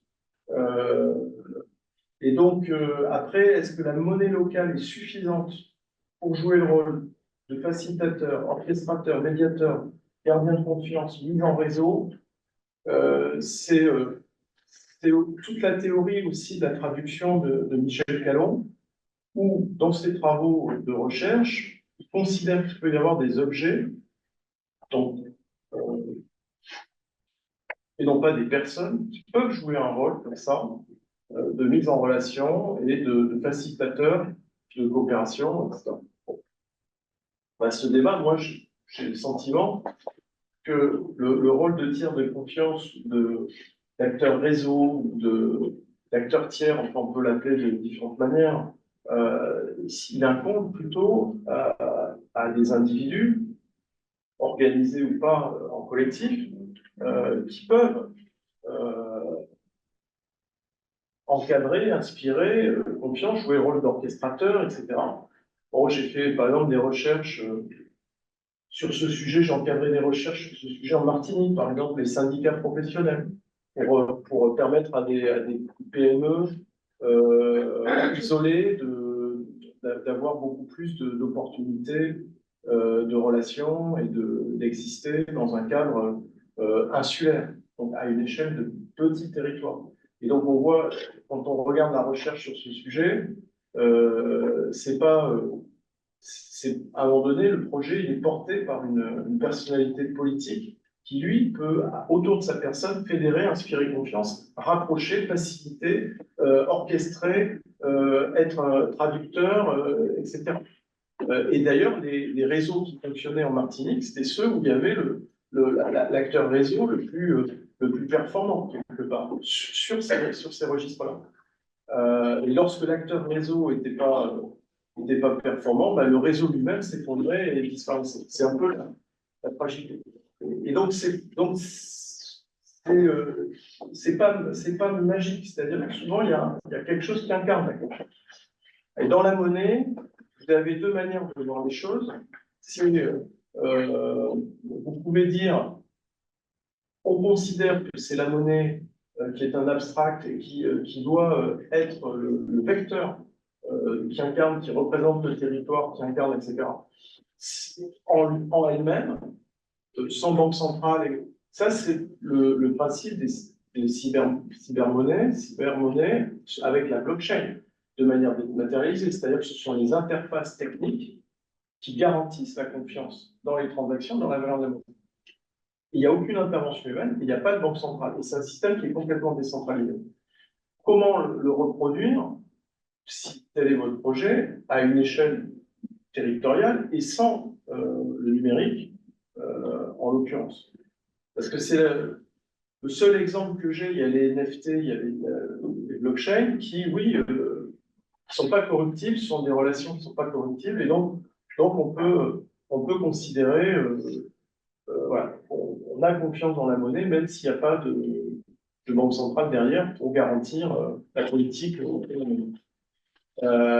Sinon, bah, il faut que ce soit porté par un individu. Et donc, j'ai cru comprendre des associations militantes sur les monnaies locales. Voilà, est-ce que c'est suffisant pour incarner toute la diversité d'un territoire? On voit un peu la limite dans vos études de cas, c'est que c'est difficile d'atteindre l'universalité et on reste à une échelle qui ne reflète pas forcément toujours le bien commun du territoire dans son ensemble, mais des étudiants, une partie de la chaîne agroalimentaire, mais peut-être pas l'ensemble du territoire. Et ce qu'on retrouve peut-être plus incarné dans l'identité, les valeurs, la culture, les traditions. Donc, regardez peut-être les travaux de Claude Rivlin de l'école des mythes, Claude Rivlin de l'école des mythes, sur les mythes, les rites, les tribus, qui donnent peut-être une perspective là-dessus. Et donc, je dirais que la blockchain du territoire, c'est peut-être là où on va la trouver. C'est-à-dire que finalement, ce qui fédère, ce qui rassemble, ce qui inspire confiance, peut-être plus fortement que autre chose. Bon, voilà, merci Christophe. Est-ce que Julie et Séverine, vous souhaitez réagir, peut-être pas sur l'ensemble des remarques, mais peut-être sur quelques éléments. Alors, c'est vrai que moi j'avais la même questionnement, notamment sur la confiance qui ici jouée dans le dispositif par l'association. Comment on garantit cette confiance dans la monnaie? Alors, peut-être pour compléter ce que disait Christophe. Moi, du coup, c'est la culturation, la perception du dispositif par les parties prenantes, soit les bénéficiaires ou les commerçants, mais aussi par rapport à la confiance qu'on a dans le dispositif et la monnaie. C'est vrai que c'est une question naturellement qu'on se pose, peut-être que vous pouvez répondre aussi. Ouais, je vais peut-être demander à Marie éventuellement, parce qu'effectivement, sur, on va dire, la confiance dans les monnaies locales, enfin, les monnaies locales, on va dire, penser à un certain nombre de dispositifs, effectivement, pour réfléchir, voilà, cette question-là, la confiance, mais je propose juste là-dessus pour rebondir. effectivement, je veux bien réagir si vous m'entendez. Donc, bonjour à toutes et tous. Vous m'entendez correctement? Oui? Parfaitement, Marie, merci. Ok. Avec toutes mes excuses hein, pour mon absence, mais donc j'ai une luxation de l'épaule, donc c'est difficile pour moi de me déplacer, mais je remercie vraiment Séverine et Julie pour cette présentation. Et je vais essayer effectivement d'apporter quelques compléments sur la question plutôt monétaire et sur les questions des registres de confiance.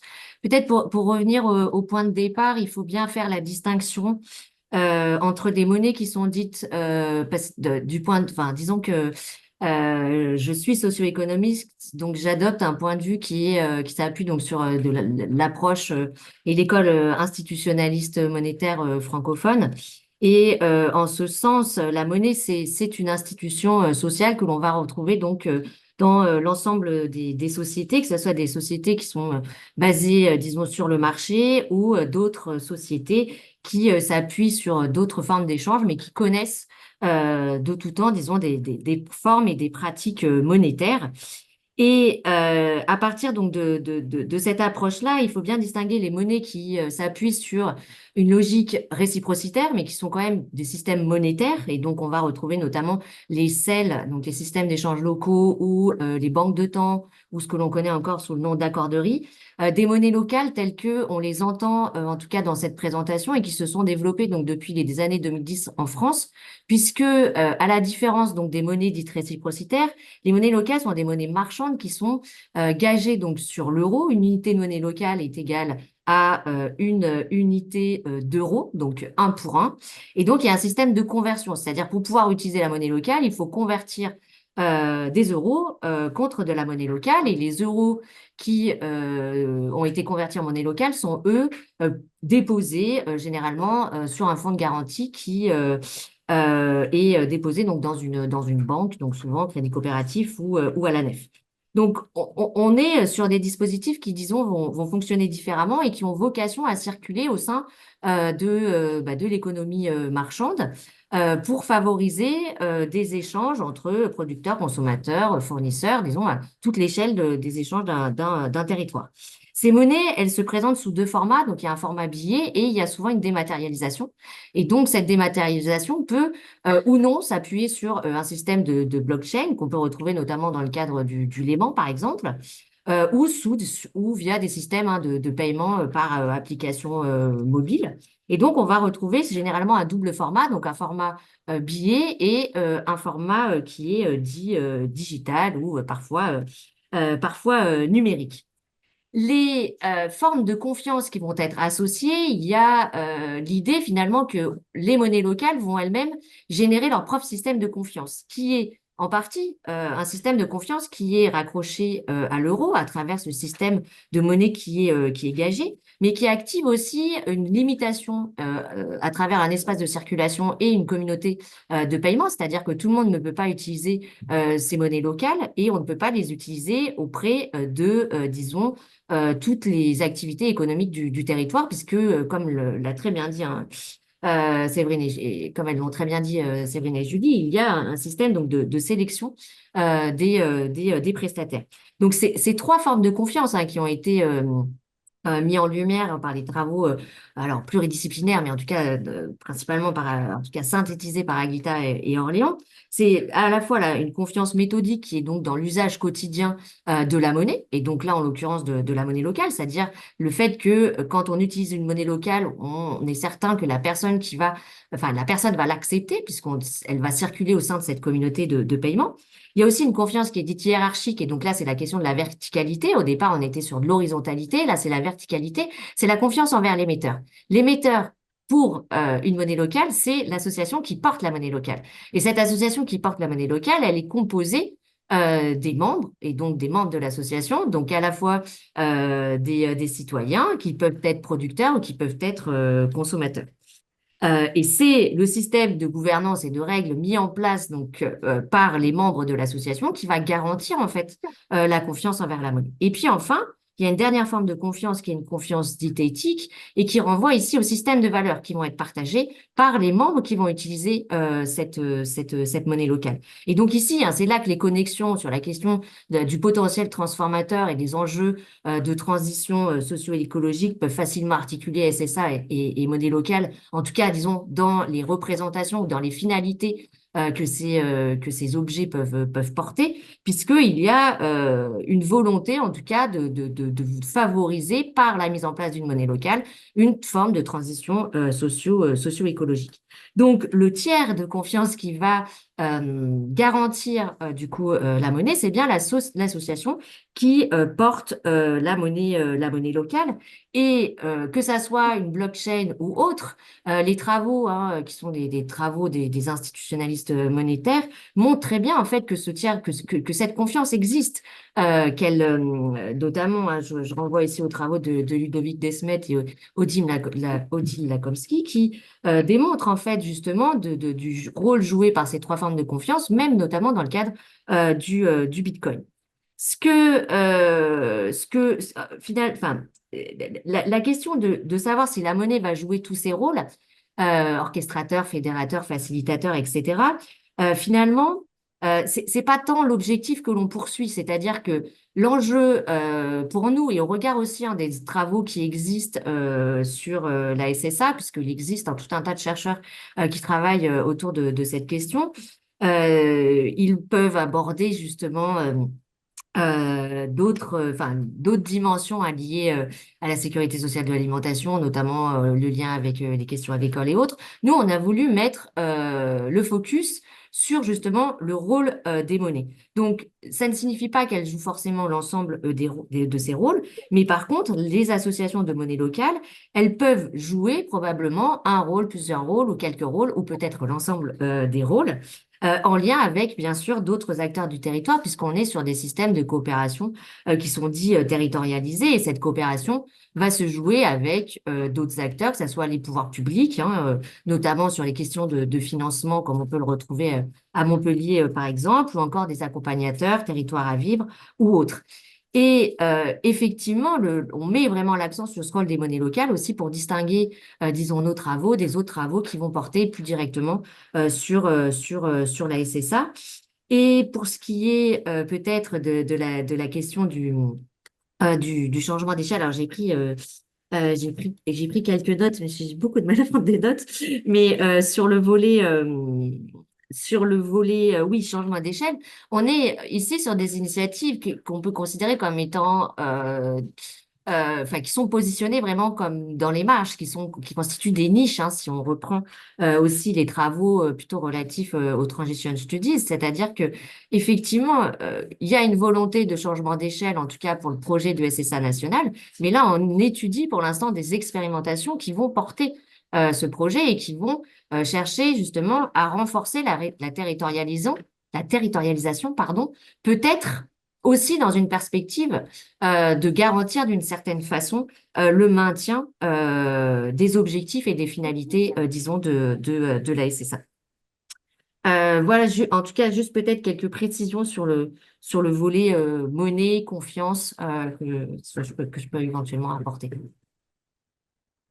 Merci pour ces compléments. Effectivement, je comprends mieux. Je n'ai pas forcément la clé de compréhension sur, en tout cas, me concernant sur la monnaie locale. Donc, merci pour ces éléments. Je crois que Aude avait également une question ou une remarque. Une question. Pour revenir sur la visée transformative, finalement, du couplage du SSA et des monnaies locales vis-à-vis des systèmes alimentaires,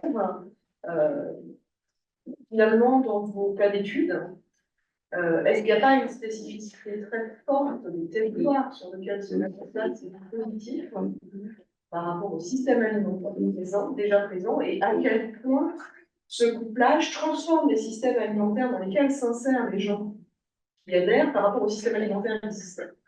Je m'entends, il y a des produits qui de fait sont transformés, donc vont passer par des transformateurs, et donc la notion de système alimentaire, leur insertion dans le système alimentaire local est modifiée par rapport à un producteur maraîcher.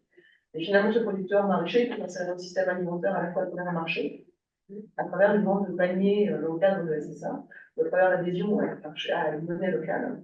Donc, à quel point ça transforme effectivement le système alimentaire, ou à quel point, finalement, les cas d'études que vous avez ne sont pas pilotés par les territoires et la diversité offerte par ces territoires en termes de système de production. Oui, alors c'est sûr que là, sur les cas d'études, ben, effectivement, comme l'a aussi rappelé Marie, on est véritablement sur des cas d'études de niche, à expérimentation, etc. Et donc, effectivement, ça fait partie enfin, des éléments aussi évidemment difficiles dans la question quel est le pouvoir transformatif de ces expérimentations sur le territoire. C'est qu'on est dans des échelles effectivement toutes petites.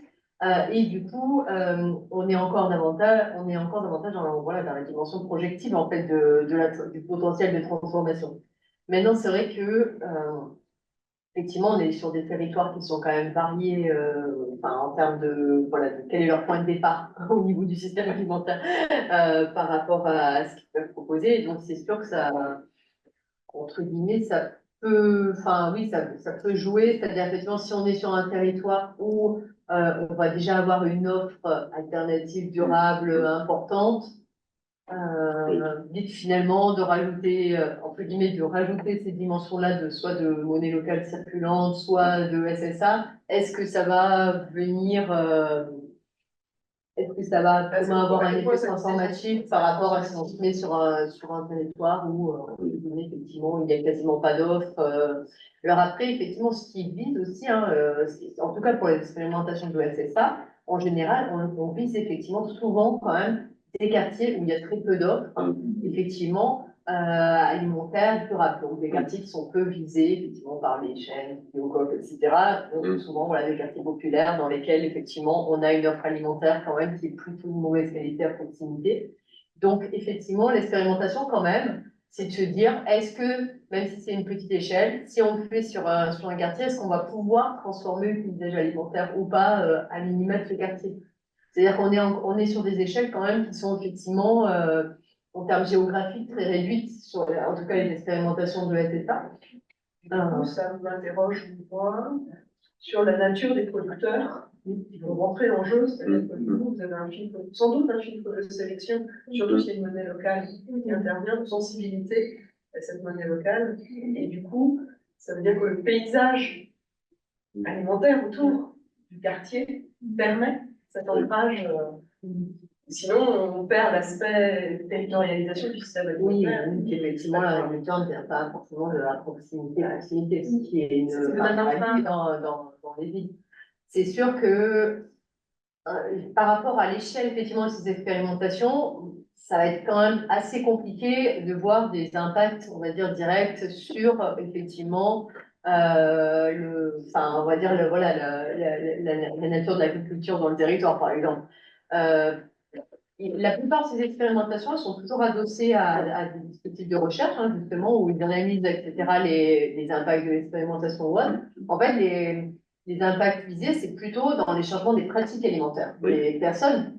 Avec, effectivement, on part encore une fois là dans enfin, un dispositif qui vise à, effectivement, faire une transformation de pratique par, à un moment donné, un changement effectivement de pratique alimentaire, mais en levant finalement le frein financier qui est effectivement très présent. Donc en se disant finalement, s'il n'y a pas ce frein financier, si à côté il y a différentes actions effectivement qui sont faites pour que voilà, les personnes comprennent mieux le système alimentaire dans lequel elles se situent et comment il pourrait évoluer et finalement qu'est-ce qui pourrait être bon comme type d'alimentation. C'est un peu ça, hein, les principes dans les comités citoyens. Effectivement, on va avoir très souvent des interventions de différents chercheurs, des visites dans des fermes, etc. On va mettre les personnes effectivement voilà, en contact avec finalement une meilleure compréhension du système alimentaire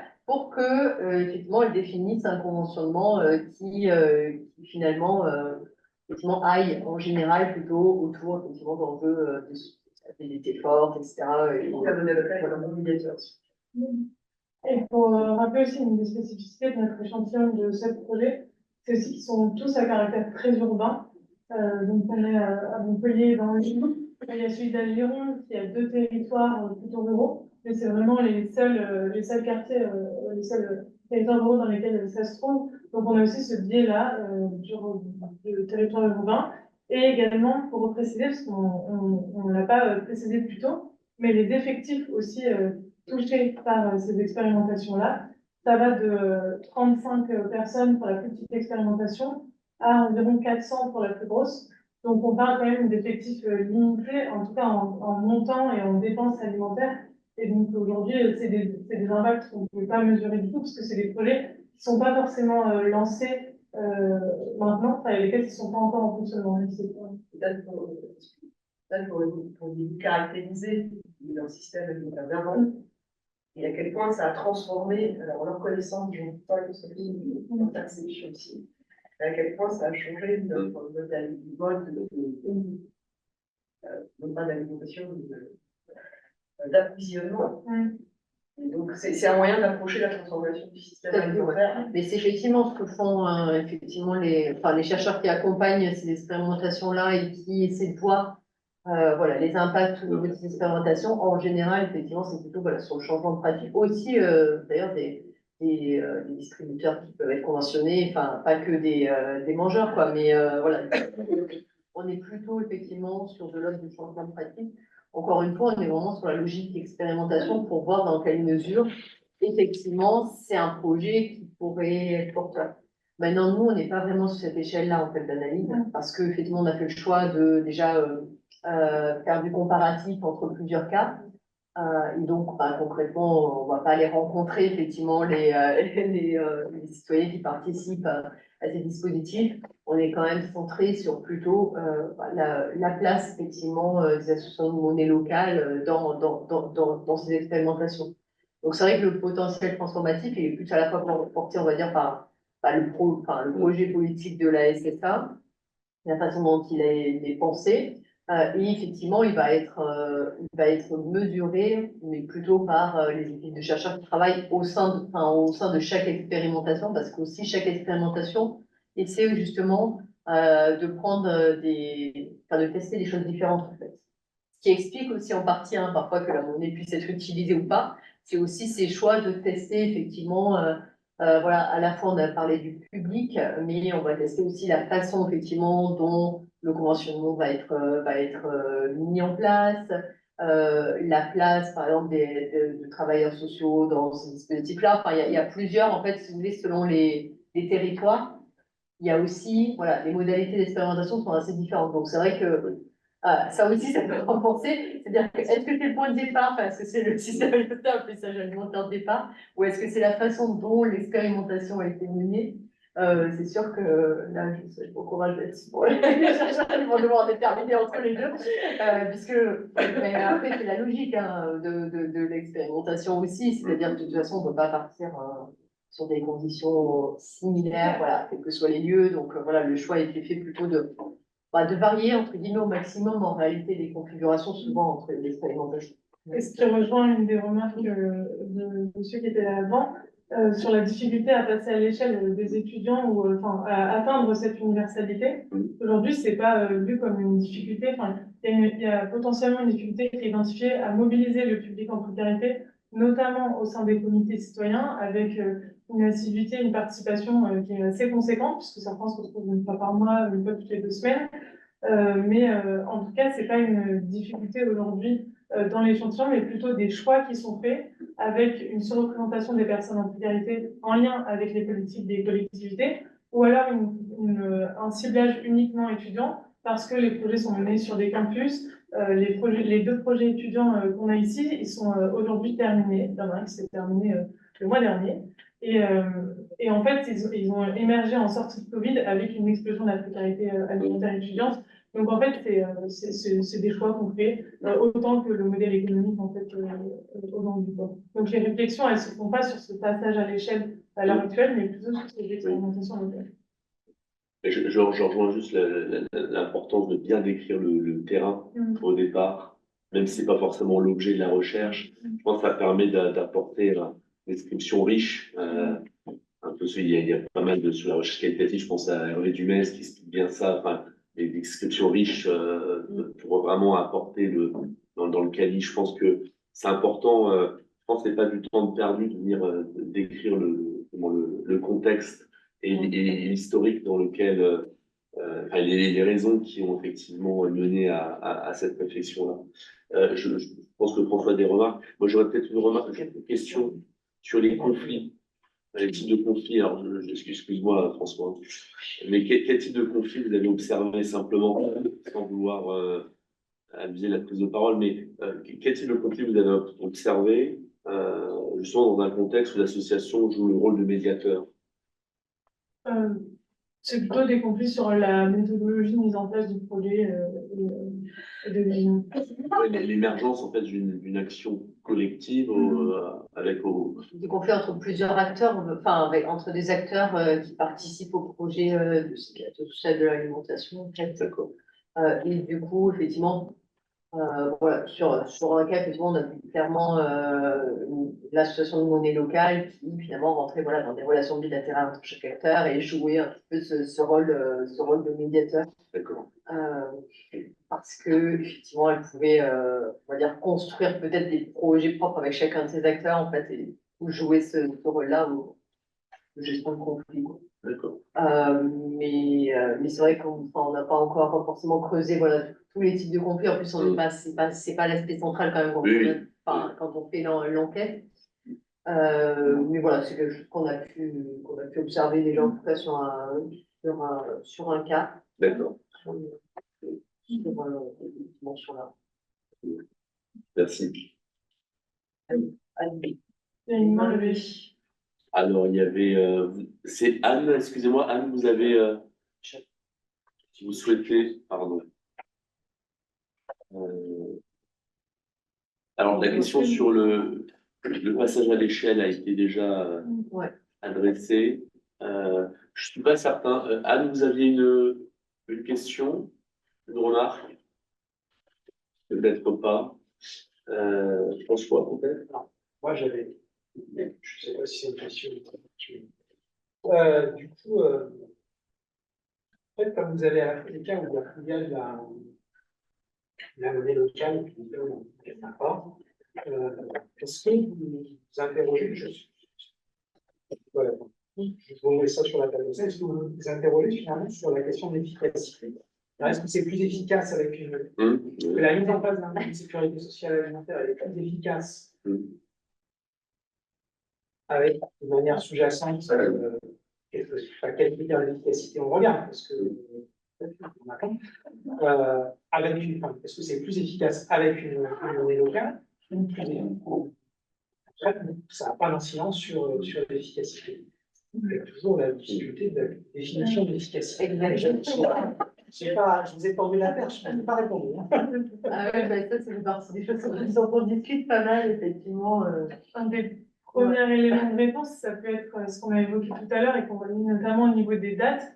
En fait, les projets qui vraiment avaient une coopération très forte et de proximité entre monnaie locale et projets de SSA venaient à dupliquer les réseaux professionnels pour les réseaux d'accessibilité de la location et tout un tas d'autres pratiques en fait. Et donc il y avait une forme d'accélération des projets. Et donc au moment où l'idée émerge dans le territoire et au moment où en effet, par exemple, les étudiants reçoivent cette allocation de 100 gemmes par mois, et bien en fait le temps est plutôt court si on le compare à d'autres projets qui mènent un processus de conventionnement des nouveaux, mais mesurer l'efficacité, ça dépend ce qu'on entend par efficacité, mais c'est qu'il y a une emprise quand même des comités citoyens de toutes ces notions, un choix qui est conscient, alors qu'ils n'auraient pas forcément participé à celui exercé par les monnaies.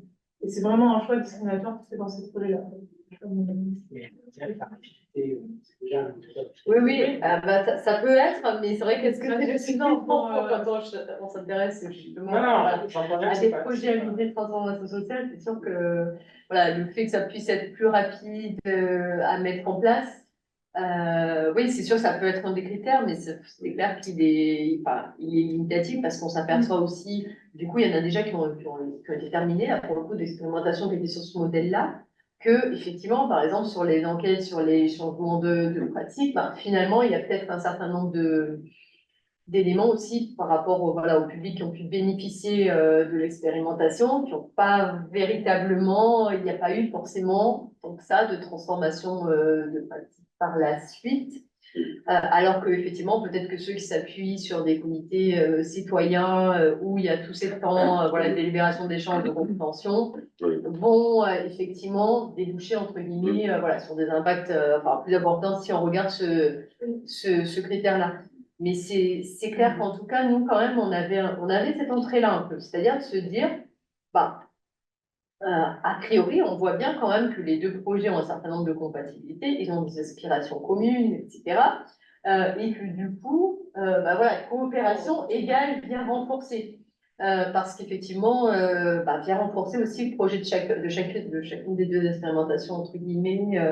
Donc, il y a quand même un peu cette a priori-là dans la recherche, parce que si on a oublié effectivement de l'évoquer, hein, mais le cadre de construction de la recherche, on est dans une chaire d'économie sociale et solidaire, donc dans l'idée effectivement, de co-construire pour également venir peut-être soutenir un certain nombre d'acteurs hein, dans ces projets-là. Et donc là, on a par exemple, ce projet-là, il est notamment mené avec le mouvement Sol, hein, donc, qui fédère effectivement l'ensemble de monnaies locales complémentaires. Et donc l'idée de l'étude, c'est aussi effectivement de venir un petit peu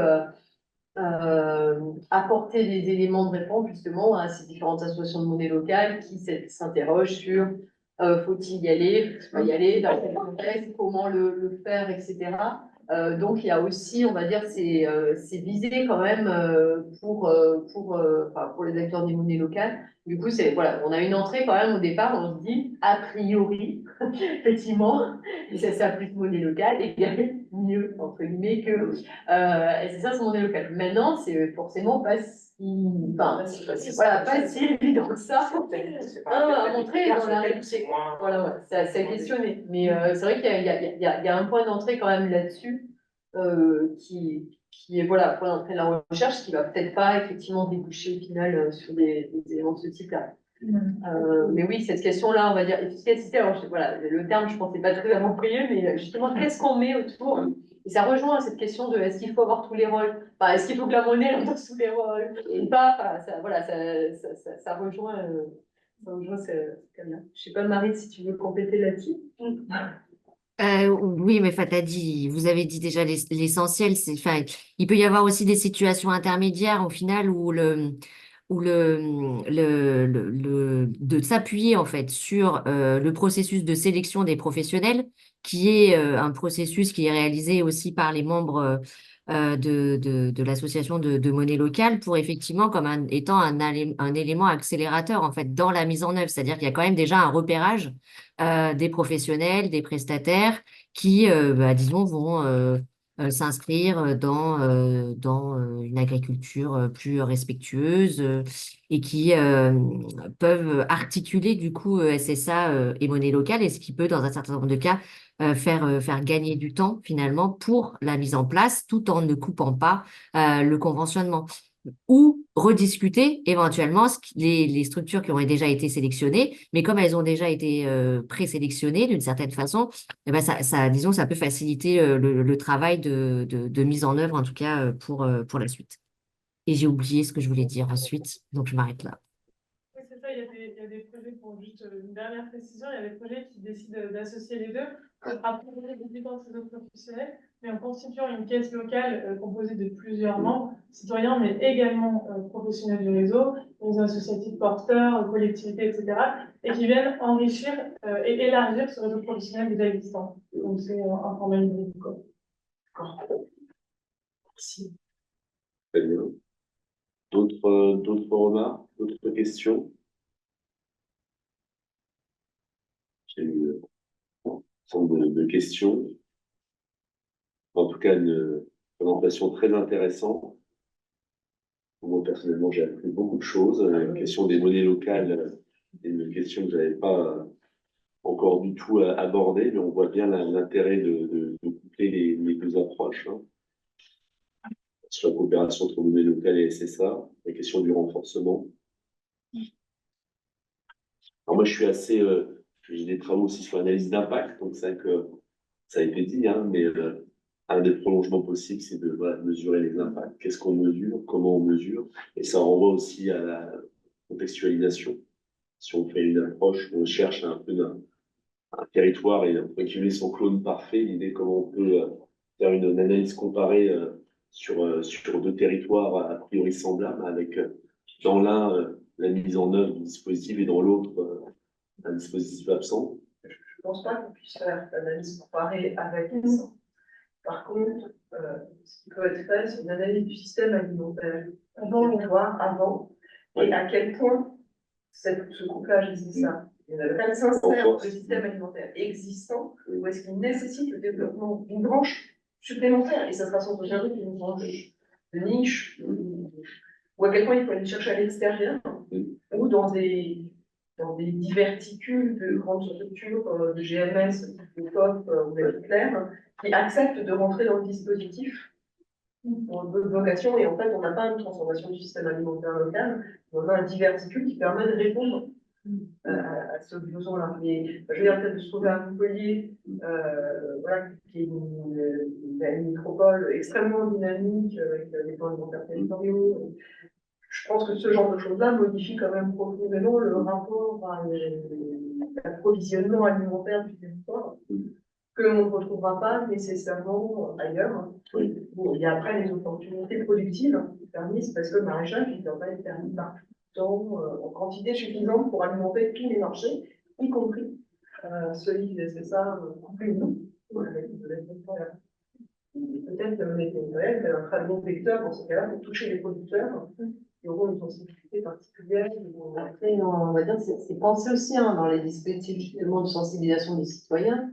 L'idée, c'est aussi qu'ils arrivent à comprendre, ben, entre guillemets, quelles sont les potentialités aussi de leur territoire. Enfin, c'est-à-dire qu'effectivement, selon les lieux, on peut imaginer que oui, le périmètre enfin, d'origine, de provenance des produits va être différent.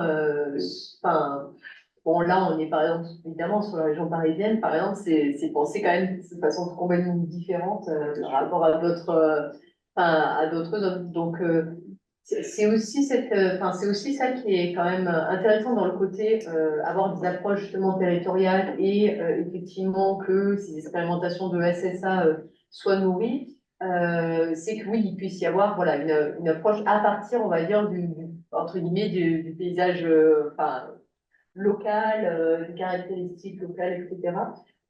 Plutôt que de basculer peut-être trop rapidement. Parce que ça, c'est des choses aussi qui sont discutées, c'est-à-dire effectivement, il y a aussi la question de voilà, la différence par rapport à des chéquiers alimentaires, quoi, en fait, qui existent déjà dans des expérimentations sociales. Enfin, il y a des chéquiers alimentaires. Et du coup, là, on est vraiment sur aussi cette logique-là que on va pas utiliser finalement ces formes de soutien financier à la consommation alimentaire, on va pas les utiliser n'importe où, mais on va les utiliser effectivement en essayant d'identifier finalement si on n'avait pas cette barrière, ce frein financier, quel type d'alimentation pour quel type d'alimentation on opterait, quoi. Donc il y a quand même cette idée-là, effectivement, d'avoir vraiment une approche aussi Mais je veux bien juste un tout petit peu compléter sur ce volet-là qui me semble un point extrêmement intéressant, c'est-à-dire que peut-être un des atouts des monnaies locales, alors moyennant un renforcement, etc., de leur usage, c'est justement aussi cet effet de circulation, c'est-à-dire qu'une monnaie locale a vocation à circuler à l'échelle du territoire et en ce sens de renforcer en fait les échanges entre les membres qui vont utiliser cette monnaie locale. Là, il y a des travaux, pour le coup, en termes d'impact, hein, qui ont montré d'un point de vue économique les effets que ça pouvait avoir sur le chiffre d'affaires des entreprises, mais aussi sur leur capacité à nouer de nouveaux liens avec des fournisseurs du territoire et donc avoir progressivement aussi une approche en termes de filière et donc éventuellement d'identifier les manques et autres, puisque du coup, ça peut croiser des éléments qui sont relatifs aussi à des enjeux en termes de diagnostic de territoire. Donc, cet enjeu de territorialisation, c'est une finalité, en tout cas, qui est portée par les monnaies locales, elles ont un certain nombre de limites, hein, clairement, en termes de volume et d'usage qui vient limiter de fait leur effet, mais il y a quand même un impact économique qui est démontré pour les utilisatrices, pour les entreprises, pour les prestataires qui vont utiliser ces monnaies locales. Et ces questionnements autour du coup des enjeux territoriaux, ça renvoie aussi, hein, vous avez introduit la séance du jour autour du concept de souveraineté alimentaire et c'est aussi la question de la territorialisation de la souveraineté alimentaire et de l'échelle en fait. À quelle échelle faut-il penser des systèmes de SSA au regard peut-être d'enjeux de souveraineté alimentaire? Et c'est des questions aussi qu'on a également sur les monnaies locales, c'est-à-dire quelle est la taille optimale, si on peut reprendre un terme d'économiste, quelle est en tout cas l'échelle de circulation pertinente pour une monnaie locale à partir du moment où il y a cet objectif et cette finalité finalement de renforcer des formes de souveraineté alimentaire tout en pensant, hein, et ça renvoie aussi à un élément qui a été dit tout à l'heure, on peut tout à fait penser des systèmes qui sont décentralisés, territorialisés, tout en envisageant des systèmes de redistribution aussi, de solidarité entre les territoires pour limiter justement la question de la concurrence à l'échelle des territoires. Et voilà, en tout cas, il y a en creux un tout petit peu ces questions-là, avec toute la difficulté d'étudier des initiatives et des expériences qui sont effectivement à des tailles qui sont limitées, hein, et qui testent en fait. Enfin oui, c'est des expérimentations en tout cas qui vont essayer de mettre en place et de tester ce type et ces processus de gouvernance démocratique et autres à l'échelle des territoires. Et ça renvoie aussi à un autre point peut-être qui a été interrogé tout à l'heure, c'est la question de la juste rémunération. Mais là, peut-être que, je ne sais pas si c'est vrai, il me semble pas que vous ayez rebondi sur ce volet-là, mais il y a cette question aussi qui est clairement présente, hein, dans les projets de SSA, c'est-à-dire que l'enjeu, lorsque, il me semble, hein, en tout cas, lorsque la SSA a été pensée, hein, à cette échelle nationale, il y a la question de la précarité, il y a la question de l'aide alimentaire du don, mais il y a aussi, et vous l'avez dit, hein, tout à l'heure, il y a aussi la question de la rémunération des producteurs. Et donc, la juste rémunération en comparaison de l'internalisation de la question des contraintes environnementales, ça renvoie aussi à la question comment fixe-t-on un prix juste, qui soit juste pour le consommateur et juste aussi pour le producteur. C'est aussi en cela, moi je parlais d'analyse d'impact. Tout à l'heure, il y a été question d'analyse d'impact pour les consommateurs, mais aussi en termes de vitalité d'un territoire. Et donc, effectivement, ne serait-ce que pour les producteurs qui sont associés à la démarche, en quoi ça impacte finalement positivement leur activité. Il y a aussi cette notion-là. Et effectivement, la question de l'échelle de mesure de l'impact, c'est une question effectivement importante. Alors, je vois l'heure qui passe, et puis je sais qu'il y a certaines personnes qui ont des trains à prendre. Donc, en tout cas, je vous remercie s'il n'y a pas de remarques complémentaires. Nous remercions, François et moi, l'ensemble des personnes présentes. Évidemment, Marie à distance, Julie et Séverine aujourd'hui pour leur présentation, leurs interventions et ces échanges qui ont été très intéressants. Et puis donc, je donne rendez-vous à tous le 5 juillet prochain pour la 5e conférence de notre cycle, je vous rappelle qu'il en comporte 8, avec l'intervention donc de Simon Porcher sur gouvernance de l'eau et changement climatique, qui interviendra donc en clôture, je dirais, de ce premier temps de conférence, de 5 conférences. Et puis nous reprendrons nos travaux à compter de la rentrée de septembre. Donc voilà, j'espère on aura l'occasion de vous y retrouver et les replays sont évidemment disponibles sur la chaîne du laboratoire Laroquois et on ne manquera pas de vous les transmettre. Voilà, écoutez, nous vous souhaitons à tous une bonne fin de journée et à très bientôt. Merci beaucoup pour l'invitation. Merci Marie. Merci. Au revoir.